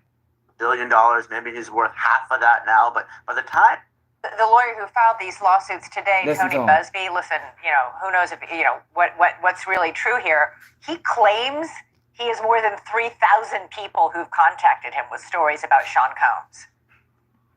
And I don't know if that's true or not, but if he indeed is filing lawsuits on behalf of 120 individuals, and we saw 6 of those today, including 25 minors, the sheer number of lawsuits, it's over. He mixed the 120 lawsuits. He filed 6 of them today, including 25 minors. He did not file lawsuits for 25 minors today. That's wordplay. Now, he could have misspoke. Now I'm thinking about it. He probably misspoke. Yo, but he put out a false narrative just now. He didn't file 25 minors. He didn't file lawsuits for 25 minors today. He announced lawsuits, and he said he had 25 minors in the mix. But what I tell y'all, even with that situation, what if he only filed 2? You can't announce you got 120 lawsuits and only filed 15. Because at that point, yo, you damaging the jury pool. You putting out a false narrative. What he should have done, if he was moving in good faith, if everything was moving in good faith, what he should have done was waited until he filed these lawsuits, vetted everybody, then announced, I got 15 lawsuits I'm filing on Diddy. But he didn't do that, and it was intentional. They moving in bad faith. That's all I'm trying to show people, man. Exactly, y'all. They moving in bad faith. Get a man a fair trial. If your case is strong, you don't gotta play this game. If Diddy did all these things and your case is strong, you don't gotta play this game. Let the evidence prove it. Let the evidence prove it. That's all I'm saying.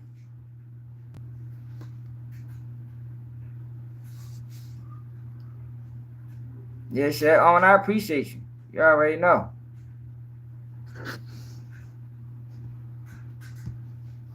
Overwhelming. I mean, we're talking about someone that was reportedly worth $1 billion. Maybe he's worth half of that now. But by the time the case is over, these civil lawsuits, judgments, and settlements, he's probably going to be broke. So the question is, how much money is going to be had for these victims when this is all said and done? Probably not a whole lot. Nima, what effect? I mean, exactly, Mulan. That's how I feel about criminal trial even know about all of these lawsuits? Even know about these more than 100 victims who have sued him? Keeping in mind, by the way, that like by y'all should have 100 likes. We had about 30,000 people on here. Filed against him. One has been settled. That's one involved Cassie, his former girlfriend, the singer Cassie. And that involved that infamous videotape, the horrific videotape that shows him beating her up and dragging her by the hair in a hotel hallway. But Maryland, so right now, with the bail situation, right now, Diddy appealed that to the, what court was it? God damn it. Damn. Whatever court it was, he appealed that to a 3-judge panel. Now, because that was a good bail package. That is amazing that they denied $50 million. I think if Diddy would have came with cash, they'd have took that. If Diddy would have came with $50 million cash, they'd have took it. I probably did have took that fast, real fast. But to turn down $50 million is insane, considering he locked up for one person. Diddy's locked up for one person. They ain't giving him bail. He locked up for trafficking one person. That it was his girlfriend. And they not giving him bail. And people don't think that's like crazy. He was in a relationship with this girl for 10 years. They saying he trafficked her. He's saying this is how we played. That's gonna be his defense team. Man, this is how we operated. Shit, we enjoyed this shit. You know, I was the director. She was the star of the film. That's what his lawyer gonna say. She was the star of the film. I was the director. We had the time of our life. We got high. We sniffed pink cocaine together. You know, we partied. We got the sex workers. We got the baby oil, and we had the time of our life. And y'all gave a man a no bail for that. And people was just like, well, shit. It's Diddy, you know. Diddy been moving crazy for a long time. Yo, but no, that shit ain't right, man. Exactly. They do get 33, especially if it go to court. That shit not right.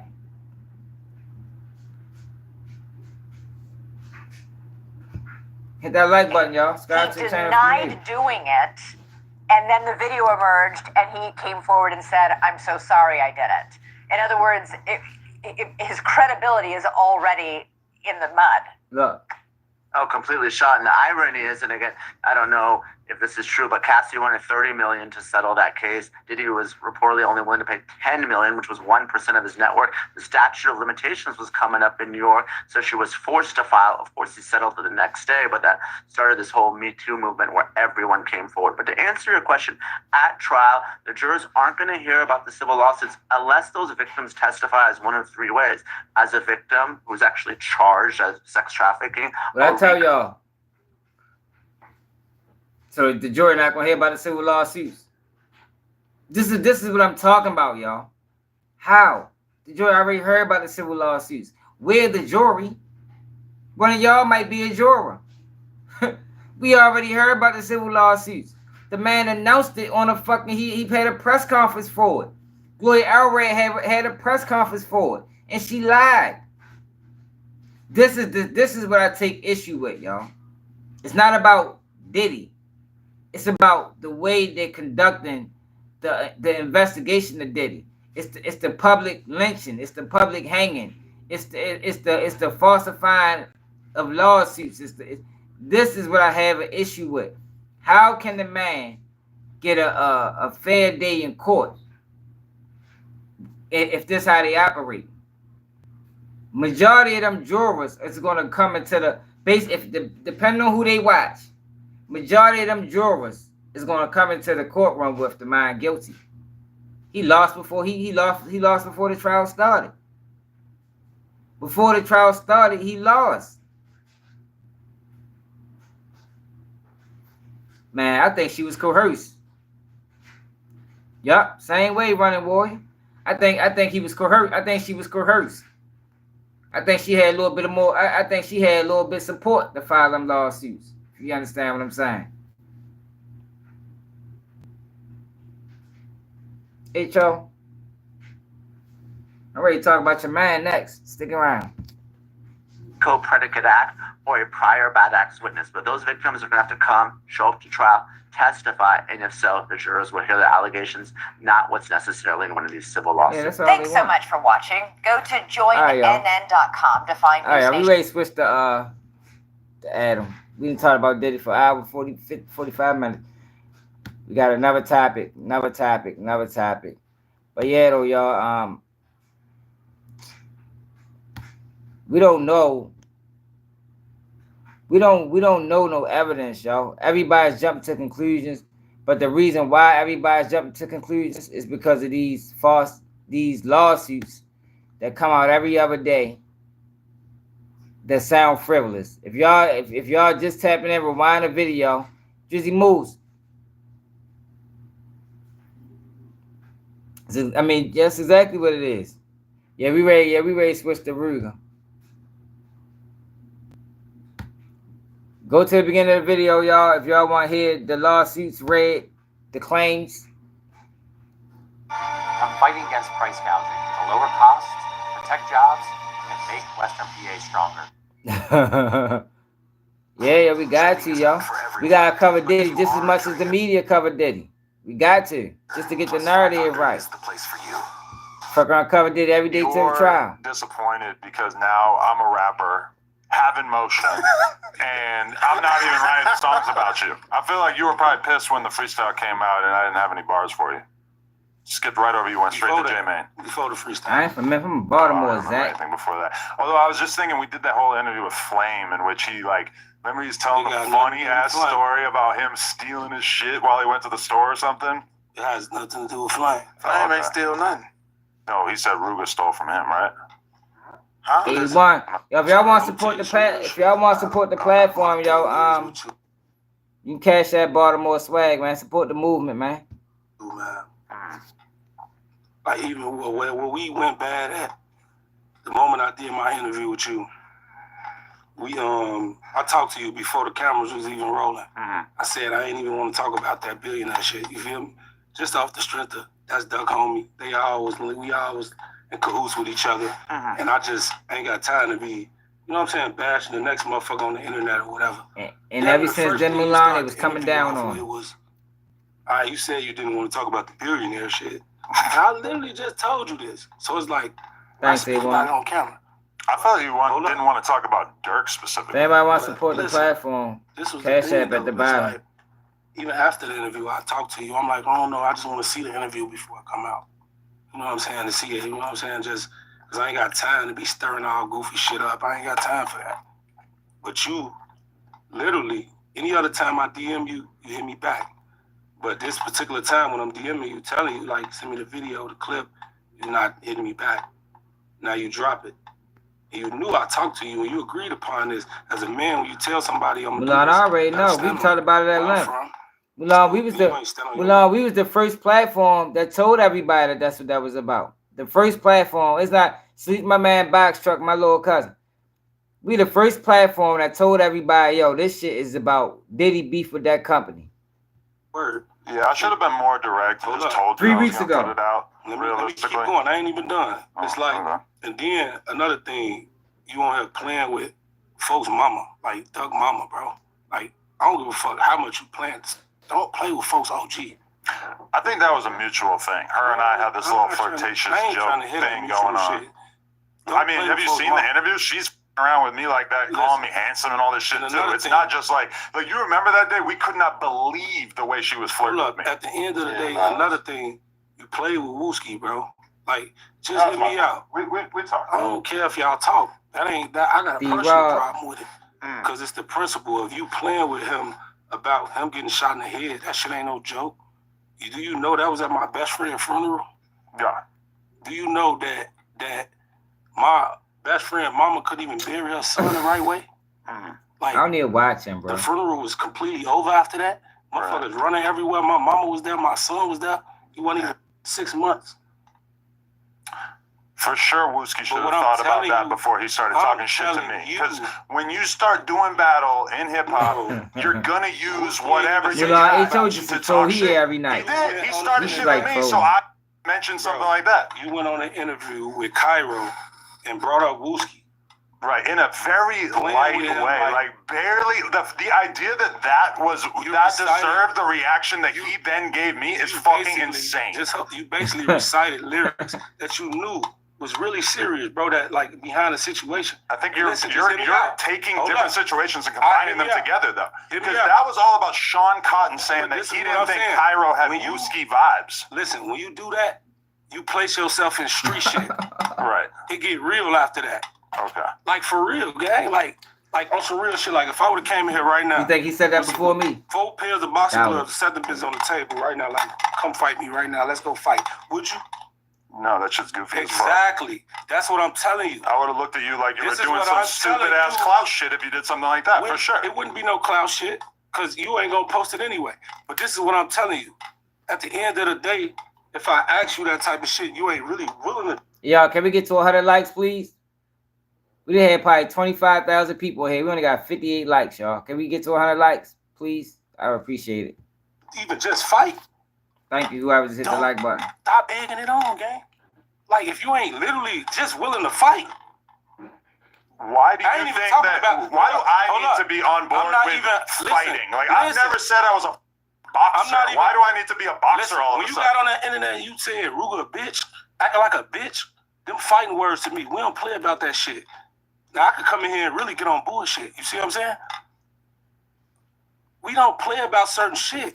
All right, so listen. So for people, let me get people. So for people that don't understand what's going on, if you haven't seen this, you know, we just was talking Diddy crowd and this crowd, 2 different crowds. But ADAM22 does content centered around drill rappers and drill music. Now, for people that follow my channel, y'all know I got a strong stance against drill rap. I think it need to be banned. What's up, bad guy? I think it's killing the youth, and I think it's sending the rest to prison. Now, ADAM22 is the leading platform that promotes drill music. Now, Rooga is a drill rapper. He don't really dibble and dab. He don't really dibble and dab and dissing like the other drill rappers because he getting a little older, but he's still a drill rapper. Now, he's approaching Adam about some of the questionable things Adam have done over the past maybe 2 years. And here we go. Just wanted to get people updated what's going on. Yeah, he is. He is Diamond and Pearl. You gotta accept everything that come with it. Ain't no, I just want to turn this button off now. Now I want to turn this button off. I don't want to do this, but nah, you forgetting the other shit that come with it. Do I seem like I'm worried about that? At the end of the day, guys. Do I seem like I'm worried about any of the shit? Like, there's a lot of threats. There's a lot of ideas. I'm chilling. You just sat here and said, if I asked you with the boxing glove to fight, you said you would not do it. Right, because I'm not a boxer. You know why? Because you worried about getting knocked the fuck out. No, because I just don't want to take part in goofy ass clout shenanigans. It wouldn't be no clout shit. You know why? Yes, it is. You wouldn't have no cameras rolling. Challenging a non-boxer to a boxing match when I've never said or done anything that suggested that I wanted to be a boxer. What the f so different about me and you? You older than me. Okay. It's so different. I'm gonna pull up to do an interview with you, and I'm gonna bring a snowboard, and we're gonna have a contest. Who's the best snowboarder? Because that's exactly as logical as you deciding that I should be a boxer now. Bro, you just dropped a diss song to people, and you was trash as hell. What? At the end of the day, you that might have been the first person I heard say that. Shit. This is what I'm telling you. I heard a lot of people say they think I'm nicer on the mic than you are. I'm gonna keep it real, bro. That shit was ass. What? That's my first song. But I think I snapped. All right, make it your last, man. No, we got more. We got another one that'll probably be out by the time this comes out. All right, that's cool. Keep doing what you're doing. I hope you make it in your rap career. But look, stop playing with people if you're not ready for the outcome that come with the shit. Why do you think I'm not ready? Because you're not. You just sat here and said you wouldn't even fight. So you're not ready. That's what I'm telling you. Being ready is not the same as having to take part in goofy-ass crowd shenanigans. On some real shit, every nigga tell you in Cali, what they say, we run a phase around, they run phase around this bitch. You hanging out with the wrong guys in Cali. Exactly. But they don't run phase in Cali? Not a lot. Not Whatever a lot. going on, we fight. Where we from, nigga? Chicago? At the end of the day, if a motherfucker... Chicago fight is very different than everything I've been led to believe about Chicago. Really? No, Chicago fight. When's the last time we heard about a famous Chicago brawl? Now you know what it is. Everybody don't be internet, but Chicago fight. I'm gonna tell you some real shit. That's really like what I'm telling you. Fight. Niggas really kill motherfuckers in Chicago. You should kill me. That's what they do. I love But what I'm telling you is... Somebody should shoot me, for sure. What I'm telling you is, Adam. Yeah. You're gonna get up one day if you keep tweaking with people. I'm telling you, bro. I'm gonna be real. It's not gonna be a good outcome for you. The threats, the like vague, like, oh, something's gonna happen to you. Nobody threatening you. The 22-ster ain't pressed. I'm telling Trust you. me. I ain't threatening you. I'm good. I'm telling you. Yo, Adam is 100% wrong, HR. I'm gonna let him rock out, then I'm gonna go to his response, then I'm gonna speak on it. If sounds somebody like a asks threat. you, Sounds like you're trying to threaten me. at the end of the day, I'm telling you as a man, nigga. Right. You gonna get up out here playing. Okay. Remo, no, he over there looking like he know. Look at him. Like y'all should. Remo, you know. I'm with whatever I get myself into. But listen, you not, because you said you wouldn't even fight a person. That's goofy as fuck. Adam, doing what Adam do. I'm gonna give you boxing gloves. Like, that's some goofy ass club shit. And you know it. You know I'm really saving your face. You know it. Saving your face. But number one, I never signed up to be a fighter. At the end of the day, so if somebody starts telling me like, oh, you're not for everybody tapped in, y'all know we go live every day at 11 p.m. Eastern time. Every day, Monday through Sunday. Hit the like button, subscribe to the channel. But you just impacts my like ego. You think I'm worried about not being a good rapper? Yes, you are, because you just said you wouldn't fight if it came down to it. My whole thing is that I'm not willing to take people and let them convince me that I need to fight to defend my man. Platform and let them convince you. You can try to convince people that you tough and you this and that. When have I ever acted like I was tough? On some real shit. Just speaking on street shit to get you up. I'm telling you that. I'm just gonna let you know I'm good with the vague threats. You ain't. Yes. You ain't. Unless you're gonna do something, you wouldn't. I don't want to hear it. Do you want to fight? No. I ain't shut the up. Then why are you on the podcast? Stop talking. You don't get to tell me to shut the up on my podcast. If I was my podcast that you were very upset when I told you you weren't invited on this podcast. You were very upset. Remo now. Hey, listen. You're talking to me on my podcast. Hit him in his mouth. Say I hit him in his mouth. What he gonna do? What do you think I'm gonna do? He gonna try to sue. He gonna be one of them soft ass. How am I gonna sue you when I got way more money than you? Cause you That's soft. not usually how it works. Cause you soft. So you telling me if I hit you in your mouth, you ain't gonna sue me? I don't need to sue you. You ain't answering my question. Am I gonna sue you? Why would I sue somebody that I have way more money than? If I hit you in your mouth, then what? I feel like that would really betray the fact that you told Remo that you didn't have a problem with me and really just wanted to talk on the podcast. It's the principle. I'm telling you something. You need to learn something. So you're scared to get sued now? You need to learn something from another grown man. You want me to do it? Sure. If I hit you, go crazy. Go crazy. What do you think? What else is he here for? What else is he here for? Your security gonna come in with his gun? Why else is he here? All right, well, look. Yeah. You see what I'm saying? Well, hold on. So stop talking. If you were really on some tough shit, you wouldn't care about that, right? Listen, I don't put myself out here on some tough shit. I never came on here and told I am the best fighter. When have I ever came on the podcast and said, oh, I'm the toughest? It's the shit you mentioning. Like I just told you. I just spoke on my homie. Your example is basically like telling me that even though Wooski dissed me and talked shit to me first, that I should I think so too, in HB. response. You throw the rock and you hide your hand. That's not true. That's what He the threw fuck the rock. you do. You throw the rock and hide your hand. He threw the rock. And just like I said, at the end of all the I day, did was respond. You're trying to tell me that for some reason I can't respond to somebody when he disses me. If you ain't ready for what come with it, leave that street shit alone. I'm ready. For real. I'm good. Not, because you're not even ready to fight. That ain't you coming up with an arbitrary way for her to prove our masculinity, and I'm letting you know that if you want to have a boxing match, I want to have a snowboarding competition. Yo, this man is crazy. Exactly the same thing. You do not understand the concept. I'm not a fighter. So if you do this, just say you're scared. There's a reason I move around the way that I do. It's because I don't want someone like you to try to think that you can bully me. If you said the reason why you move, because you don't want to fuck you up, right? Well, of course. So why the fuck is you doing the shit you doing? Because the shit talking to people on the internet that'll get you fucked up though. You contradicting yourself. All the threats in the world don't mean shit to me. You gotta do it. You contradicting yourself. You gotta do it. Bro, you not like on some real shit. You know where I'm at every day doing content. I just asked you, would you fight me in gloves? And again, you coming up with an arbitrary way for us to prove our manhood doesn't interest me. Like for real. We can talk on a podcast. You have to express yourself with words. I ain't gonna embarrass you. I ain't even gonna embarrass myself on this podcast and bust off your ass. Cause I can. That for sure would be. That would embarrass you. This is the whole you would get my embarrassed. whole left hand around there.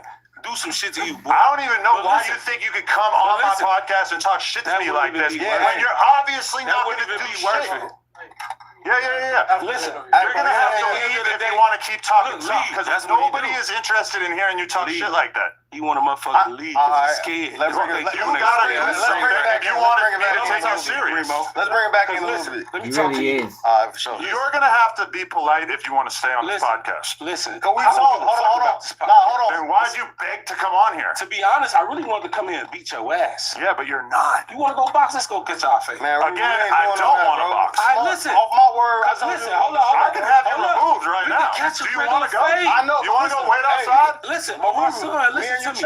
Shut it up, bro. Like off the shirt, I'm gonna leave out this bitch like a man. That's cool. what I'm gonna do. Right. Or you can sit here and talk like a man. You got the police in here. How's it a police? That ain't gonna move me. It's cool. I just don't know why you're so convinced that this is a good place for you to talk like you're tough. Right. I'm not a boxer. I've made that extremely clear. Stop talking. I'm a podcaster. Why the would I stop talking? Stop talking. That's your problem. Why would I stop talking when I'm a podcaster? All you gonna do is hit the table.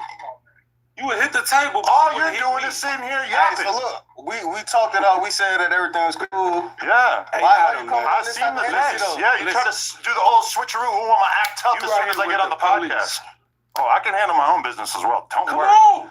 Yeah, I don't handle it by doing boxing matches with cavemen who want to act tough instead of doing a podcast. Now you racist. I'm not a boxer. Now it's racistness coming out. And now you're going to play the race card. I'm talking about cavemen.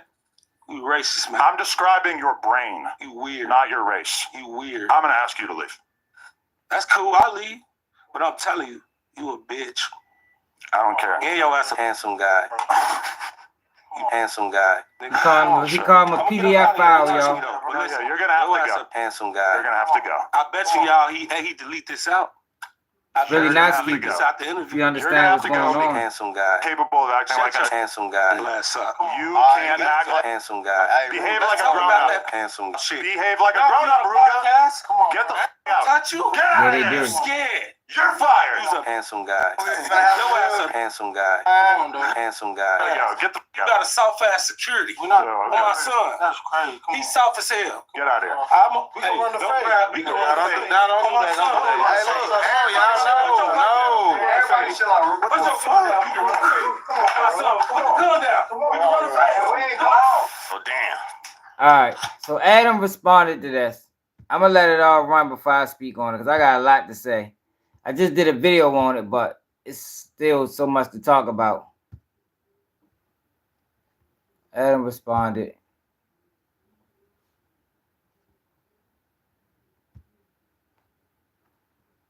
Billionaires are paying less in taxes than we do. Reading books, what it is. Well, my I'm not motherfucking rich guy. as hell. Kamala Harris will cut taxes for us and make billionaires pay their fair share. Kamala is fighting for us. Here's what it's like to go to school for firearms, technology, and gunsmithing. Sonora Desert Institute's online programs cover trouble. People kind of confused about what happened in that Rooga clip. What happened is, he told me, Mo, that he wanted to come on the podcast, right? And then when he showed up, he felt like he was going to be able to just sort of like tell me about, a bunch of different stuff. And he was wrong. He was like blatantly lying. So instead, I told him what was actually going on. And he didn't like me telling him that I didn't agree with his narratives that he was trying to get off. So he tried to challenge me to a fight, which is weird because I thought that he had just been asking to come on a podcast. So he was having a really hard time using his words. And as a result, he challenged me to a fight. And I let him know that in fact, I have, a gun. I have a security guard. I don't need to take part in your shenanigans, your little weird clout shenanigans. You showed up here. You want to get some points, whatever. Yo, did he just say he have a gun? I had to go. And Yo. Did he just say he have a gun?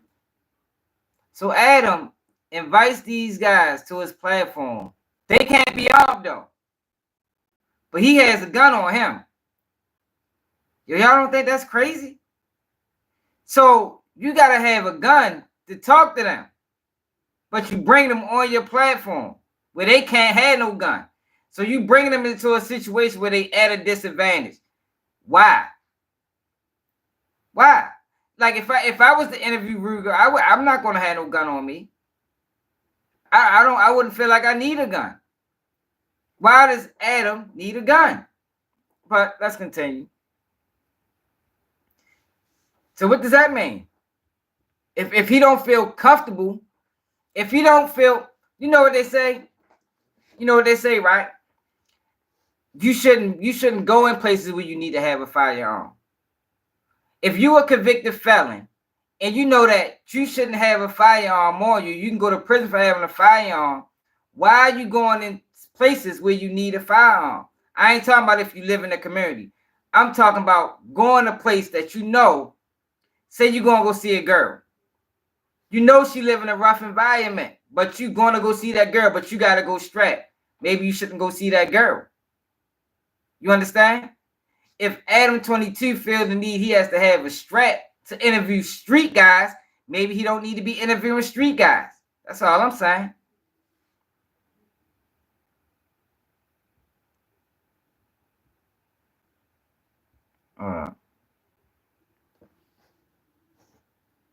Yeah, but they can't have a gun, no Jet. They can't have a gun, though, Jet. Sit in the car like a little kid. That's what happened. No, I don't have anything that's rude. He's an alright guy. He's cool. Y'all ain't just saying what I just said. There's no way y'all heard what I just said. Great with his words. So he's got to go around challenging people to fights. Yo, it's Big Ant disposed. Yo, Adam don't get it. Adam don't understand. Adam's going to end up getting himself hurt. So for everybody that's sitting there backing him saying he ain't do, yo, y'all are going to get Adam hurt. Because what Rooga said was the truth. He told him the truth. And he didn't want to put hands on him. He told him the truth. Yo, when you involve yourself in street activity, the way that Adam is involving himself in street activity, what Rooga is telling Adam that you're not exempt from street things happening to you. You're not exempt. That's all he was telling him. But Adam's inability to listen, because Adam, in his mind, he's the smartest person in the room, and it's nothing that Rooga can tell him. Adam is going to find himself in a fucked up situation. Yeah, what's wrong with him speaking for others? He's speaking for Mama Duck. He's speaking for his family. He's speaking for his city. Ain't nothing wrong with that. Ain't nothing wrong with that. Now, at the same token, Chicago needs to stop going up there. Because, like my man Ty said, they are the ones empowering him. Y'all can take them stories to other platforms. You don't have to run to ADAM22. But I already explained the reason why. We didn't explain it many times. I explained it on a video I did earlier. They chasing clout. Adam got the clout. And when you're chasing clout, you're not using common sense. It's obvious. But when you're talking about what he was trying to, the message he was trying to relay to Adam was a real ass message that, yo, you playing a dangerous game. And why does Adam have to have a strap to interview street guys? What, you scared of these dudes? You got to be scared of these dudes. And if you scared of them, why are you interviewing them? Why are you interviewing them? But you putting these guys at a disadvantage because he's strapped. But they not. Yo, y'all don't think that's crazy? So you basically put me in a situation to where if you say the wrong thing to me and it gets me upset and I put my hands on you, you put me in a situation where you can kill me. Yo, that's dirty work, man. That's dirty work, y'all. I said that, bloodline, but that's dirty work. If you that scared, yo, you shouldn't be interviewing them guys, man. I didn't say he couldn't. I said if he's that scared, maybe he shouldn't. Similar to if you scared to go in a certain environment and you think you got to carry your firearm to do it as a felon. I'm talking about as a felon. Maybe you shouldn't go in that environment. It's the same concept. A door jam Bennett. Yo, in our community, yo, you can't just say what you want. It's consequences for saying certain things, man. In our community, and Adam is dibbling dabbling our community, when you say things, you got to stand on it. You can't say things and then run to the police. That's not how we operate. So what Rooga is trying to explain to him, Adam, if you're going to dwell in this space, play by the rules. You should at least be willing to fight. At the very least, you can be willing to fight. But you ain't even willing to do that. So you want to bring us up here, step out. You want, for one, he's taking advantage of ignorance. First and foremost. He's taking advantage. He's not the bloodline, but he's trying to be. He's trying to be. He is, and what he is. He is a part of the community. His whole platform is centered around young, ignorant, black males. His whole platform is centered around. It's revolves around young, ignorant, black males. So you bring these boys up there. You stir up beef. You stir up controversy to cities that we got to go back to. We got to go back to these. We got to go back to these cities. But we got to stand on what we say when we up here. You mean to tell me you don't? Man, fuck no. That's not how that work. It's not how that work, y'all. And if you are outsider, you need to listen, man. Because he didn't tell him nothing wrong. I ain't telling y'all nothing wrong. In our community, yo, you got to be able to stand on what you say. Got to be able to stand on what you say. And if you can't stand on it, maybe you shouldn't say it. That's all Rooga was telling him.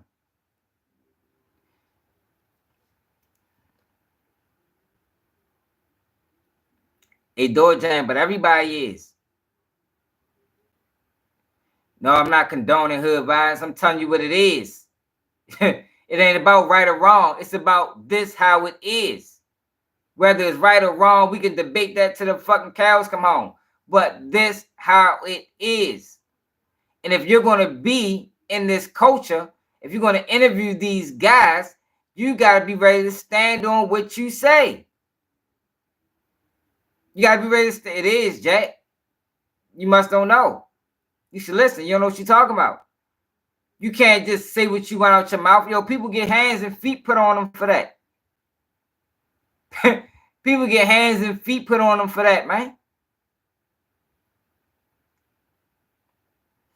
Man, shit, you crazy. You can call it what you want, but that's not going. Calling it what y'all calling it. It's not about him being in the streets, bloodline. What are you talking about? You can't just say what you want out your mouth and expect not to be punched in it. Like, what are you talking about, bro? You from DC. You go out there and say the wrong thing to one of them kids. They're not gonna give a fuck if you're in the streets or not, bro. They don't give a fuck. They ain't caring about none of that.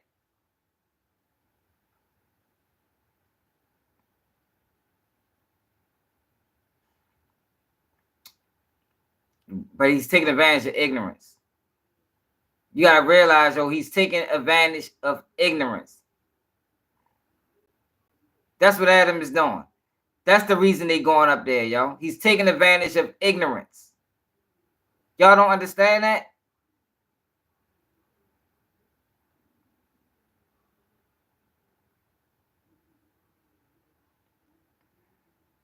Bloodline, you be tripping, yo. Bloodline, sometimes I be thinking, y'all don't know what's up with you sometimes. It's not about that, yo. It's not about them going up there being, yeah, they go up there and be on this platform. We all know that. We all know that. The reason they go up there because Adam got clout, they clout chasing. We all know that. Like we know that. That's a fact. Everybody knows that. We're not talking about that. We're talking about Adam staring up beefs and don't want to stand there. He don't want to stand in the mud. You gotta be able to stand in the mud, bro.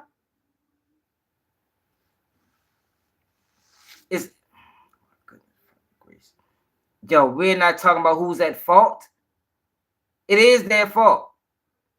But that don't absolve Adam from consequences. That's what I'm talking about. We know it's their fault. But that don't absolve Adam from consequences. Yeah, yo, but he blurred the lines. He blurred the lines. It's not his job. He blurs the lines. He goes over the lines sometimes. He goes over the lines. And when you in our community, when you go over the lines, you gotta be able to stand on it. That's what I'm trying. Like, yo, people don't understand that. When you go over the lines, you gotta stand on it. Adam's not willing to stand on it.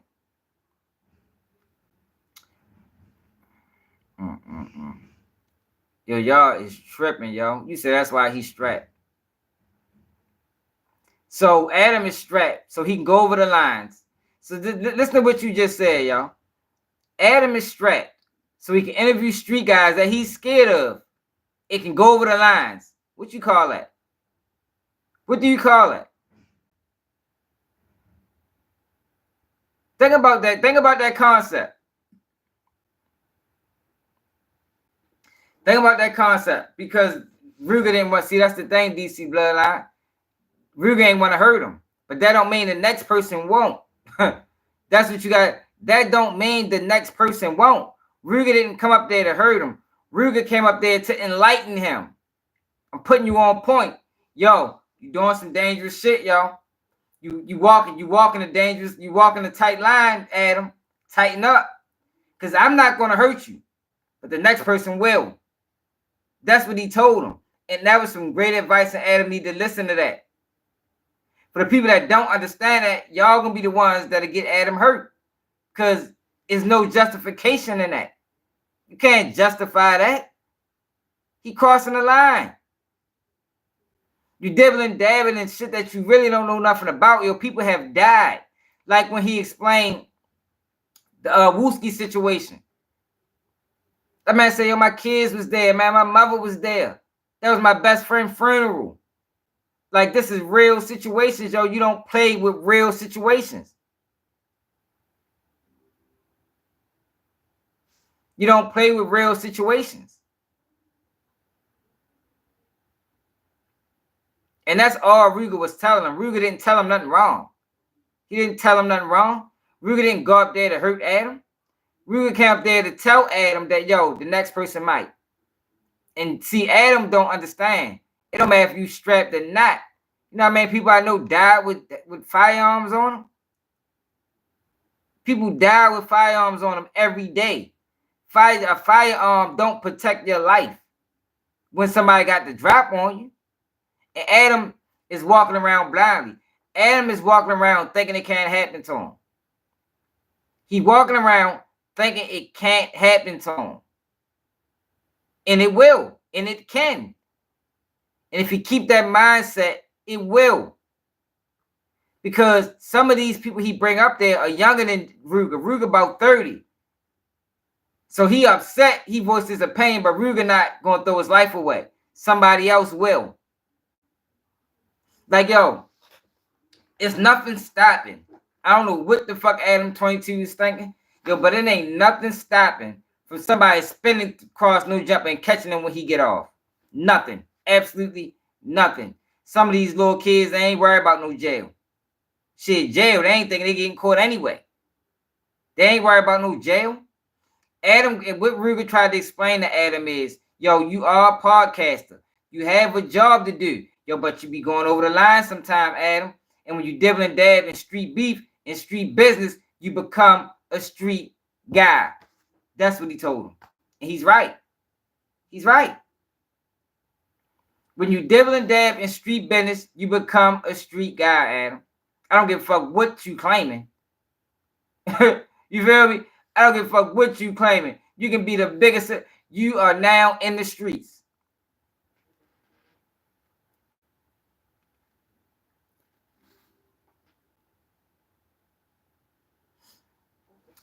I'm not saying he wasn't beating a dead horse, but but that's Adam's problem. That's not Rooga problem. That's Adam's problem that he don't want to take heed to the situation. Adam is going to end up getting himself hurt, y'all. It's going to be sad. It's going to be fucked up. We talk about Brandon Buckingham. He had that same mentality. That same mentality. Have anybody seen Brandon Buckingham on the internet lately? Where have he been? The same, yo, nobody is exempt. That's what ADAM22 need to understand. Nobody is exempt. Nobody. If you out here and you stand up street beef, you can get yourself hurt. That's all Shorty was trying to tell him, man. That's all he was trying to tell him. And he wasn't wrong for that. He wasn't wrong for that. He didn't come up there to hurt Adam. And I think most people looking at it like, no, he stood on business. Yo, because Rooga didn't come up there to hurt him. Rooga came up there to warn him that the next person might hurt him. You feel me? Like, that's it and that's all, man. Bloodline. Yo, why you be doing that, yo? We know, Bloodline, do you understand clout chasing overrides common sense? Bloodline, do you understand that? Clout chasing, yo, it's a few things that override common sense, y'all. Jealousy, envy, hate, clout chasing, and love. Love, jealousy, envy, hate, clout chasing. Overrides common sense. Adam is bringing clout chasers up there.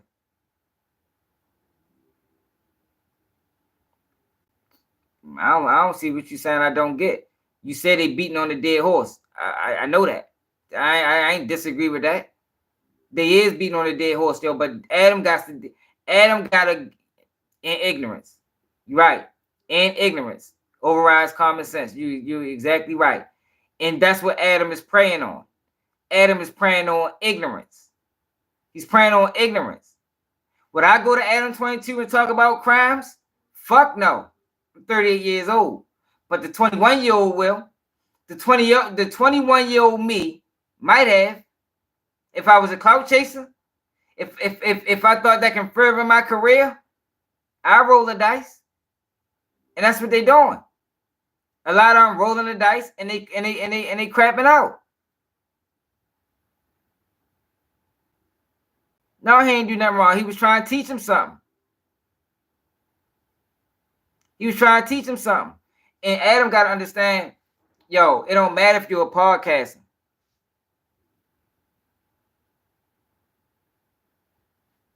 Adam don't got to do shit. People like you need to let this young niggas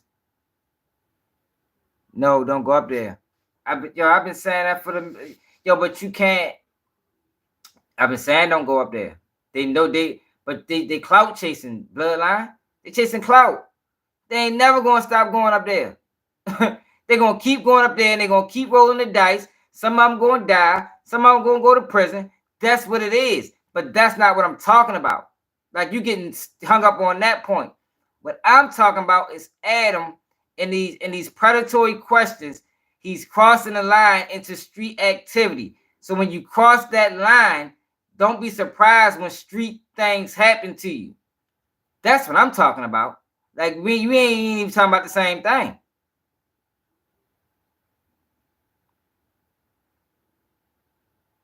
I didn't say he needs to stop. Yo, I'm saying he's gonna pay. Like, yo, what are you, bloodline? You be tripping sometimes, bro. I'm saying that he is gonna end up getting himself hurt. That's what I'm saying. That's what Rooga is saying. Rather, he don't have to listen. Fuck it. Don't you think it's a game? Keep not listening. But you're not gonna keep being able to get away with it.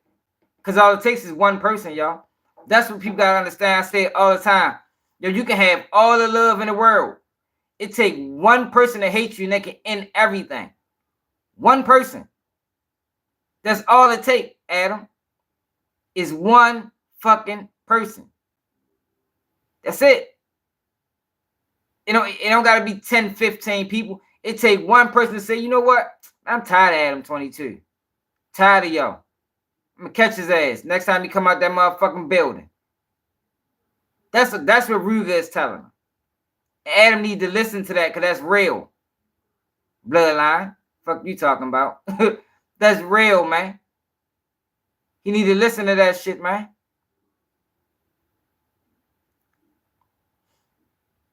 No, it's not. It's not around. It's not about. It's about being in your environment, man. It ain't about being low vibrational. Motherfuckers is traumatized. When you dealing with traumatized people, yo, they're not gonna think rational. They're not gonna think rational. Not all of them. You know, everybody different, yo. Like people got different level of education. Like yo, people, yo, like well, we look at things on a like a crazy scale. Like motherfuckers be tunnel vision. Like yo, it's far wide range. It's way wide ranging than that.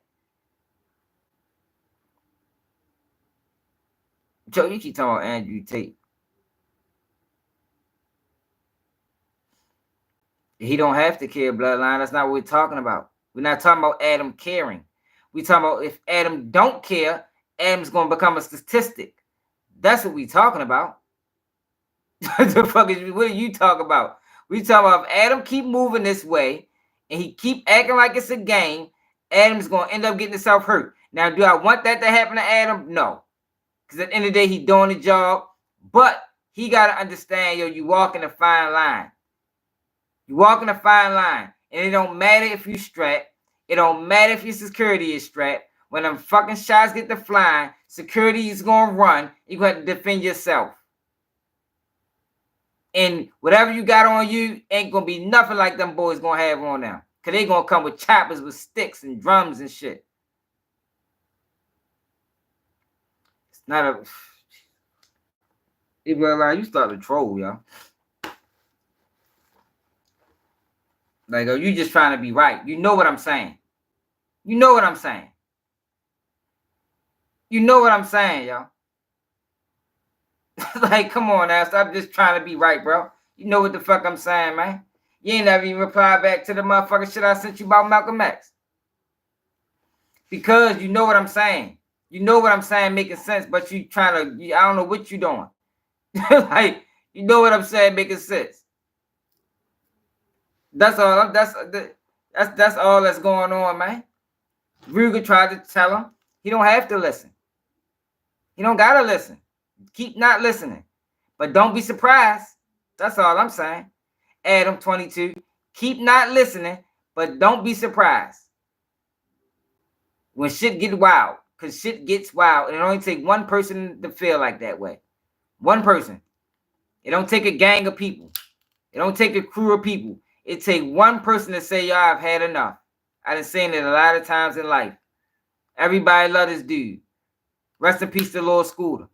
Lord Scooter was loved in Baltimore by the whole city. It took one person to feel like y'all wanted to end it and it was over. Fuck the whole city up. The whole city loved him.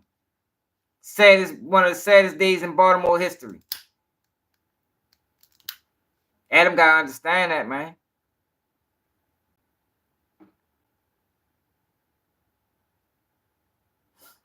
H.O. anybody, why would I be jealous of Adam? You know, like, what the fuck would I be jealous of Adam for? I want Adam to understand what he's doing. You know, that you having a firearm on you isn't enough.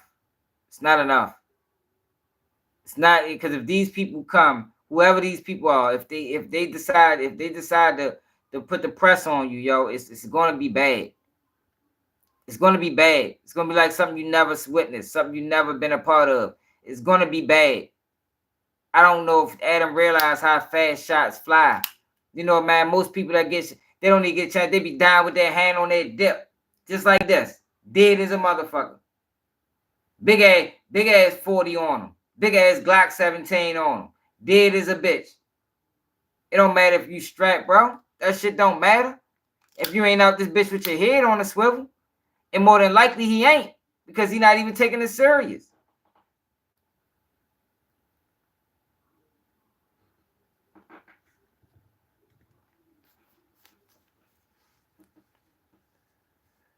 But yeah, they gonna keep going up there. They're gonna keep going up there because they chasing clout, yo. And Adam got the clout. And Adam is gonna keep using their ignorance against them. And they're gonna keep going up there. And it's fucked up. But eventually, everybody else ain't gonna keep paying. You know, it's only a certain amount of time before fucked up things keep happening to other people until it touch you. That's the reality of it. We're the same fucked up things happen to people after ADAM22 interviews. Because I don't want nobody to lose their life, yo. Like, the fuck, like, I don't want Adam to die with this bitch. Yeah, I do want him to understand, yo. I don't want the man to die, bro. Like, the fuck, I ain't beefing with him. Like, he ain't my op. I don't want that man to lose his life, man.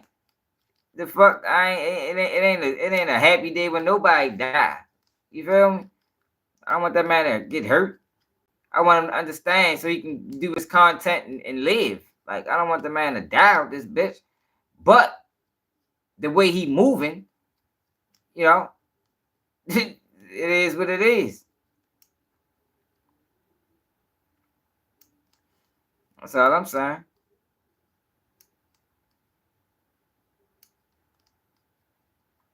That's all I'm saying, y'all. I mean, I don't want to see no bloodshed and no jumper. I don't want to have to get on this bitch and say, yo, nigga, kill ADAM22. The fuck, like, I ain't gonna take no pride in that. Like, that shit ain't. I ain't taking no pride in that. It's gonna be fucked up because I'm like, damn. Rooga tried to warn him. I don't hate none of them people, bro. What the fuck am I doing? Hating ADAM22 and Trapper Rock. I just want them to motherfucking tighten up. Tighten up. That's all. Tighten up, yo. If you're gonna work in this culture, tighten up.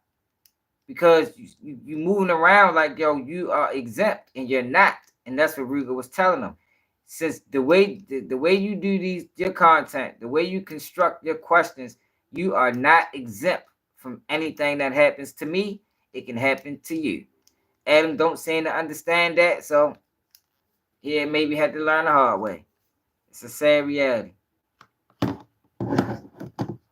a sad reality, man.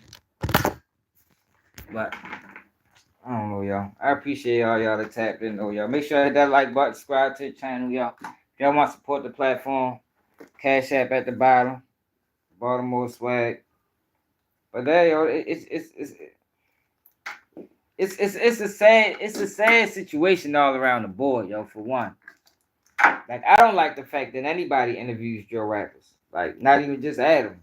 They're not all white, like H.O. think. I don't like the drill music wave. I think it's killing black youth. Like I said, on multiple occasions, a lot of the motherfuckers that died on behalf of being a drill rapper and drill culture. A lot of mothers then cried. I think it's dangerous.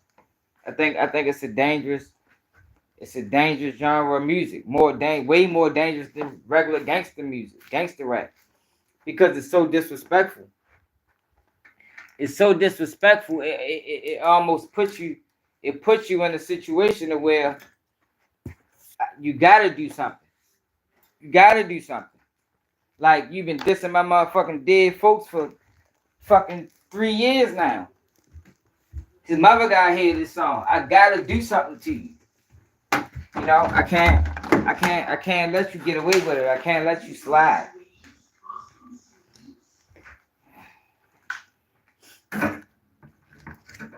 Adam is using. See, the thing is, y'all. Adam is monetizing off of ignorance, but Adam isn't ignorant. He's not ignorant to what he's doing. Now, a lot of these drill rappers that's going up there, they are.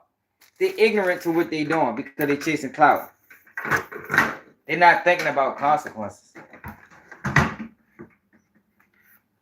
Clout chasers don't think about consequences. That's why I be telling people about, man, when a person a clout chaser, you can't even really be friends with a clout chaser because sometimes they might do something. They might do something chasing clout that goes against their morals and principles. Just because they chasing clout.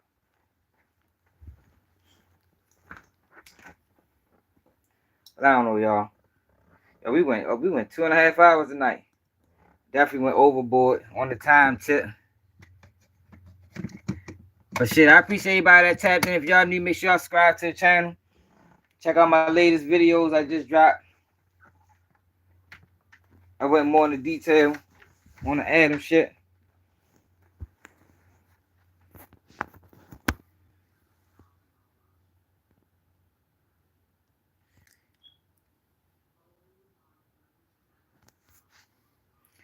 Hell yeah.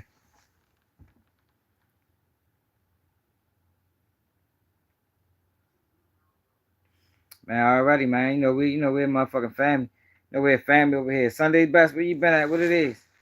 It's another day of Keep It G News, and I'm out.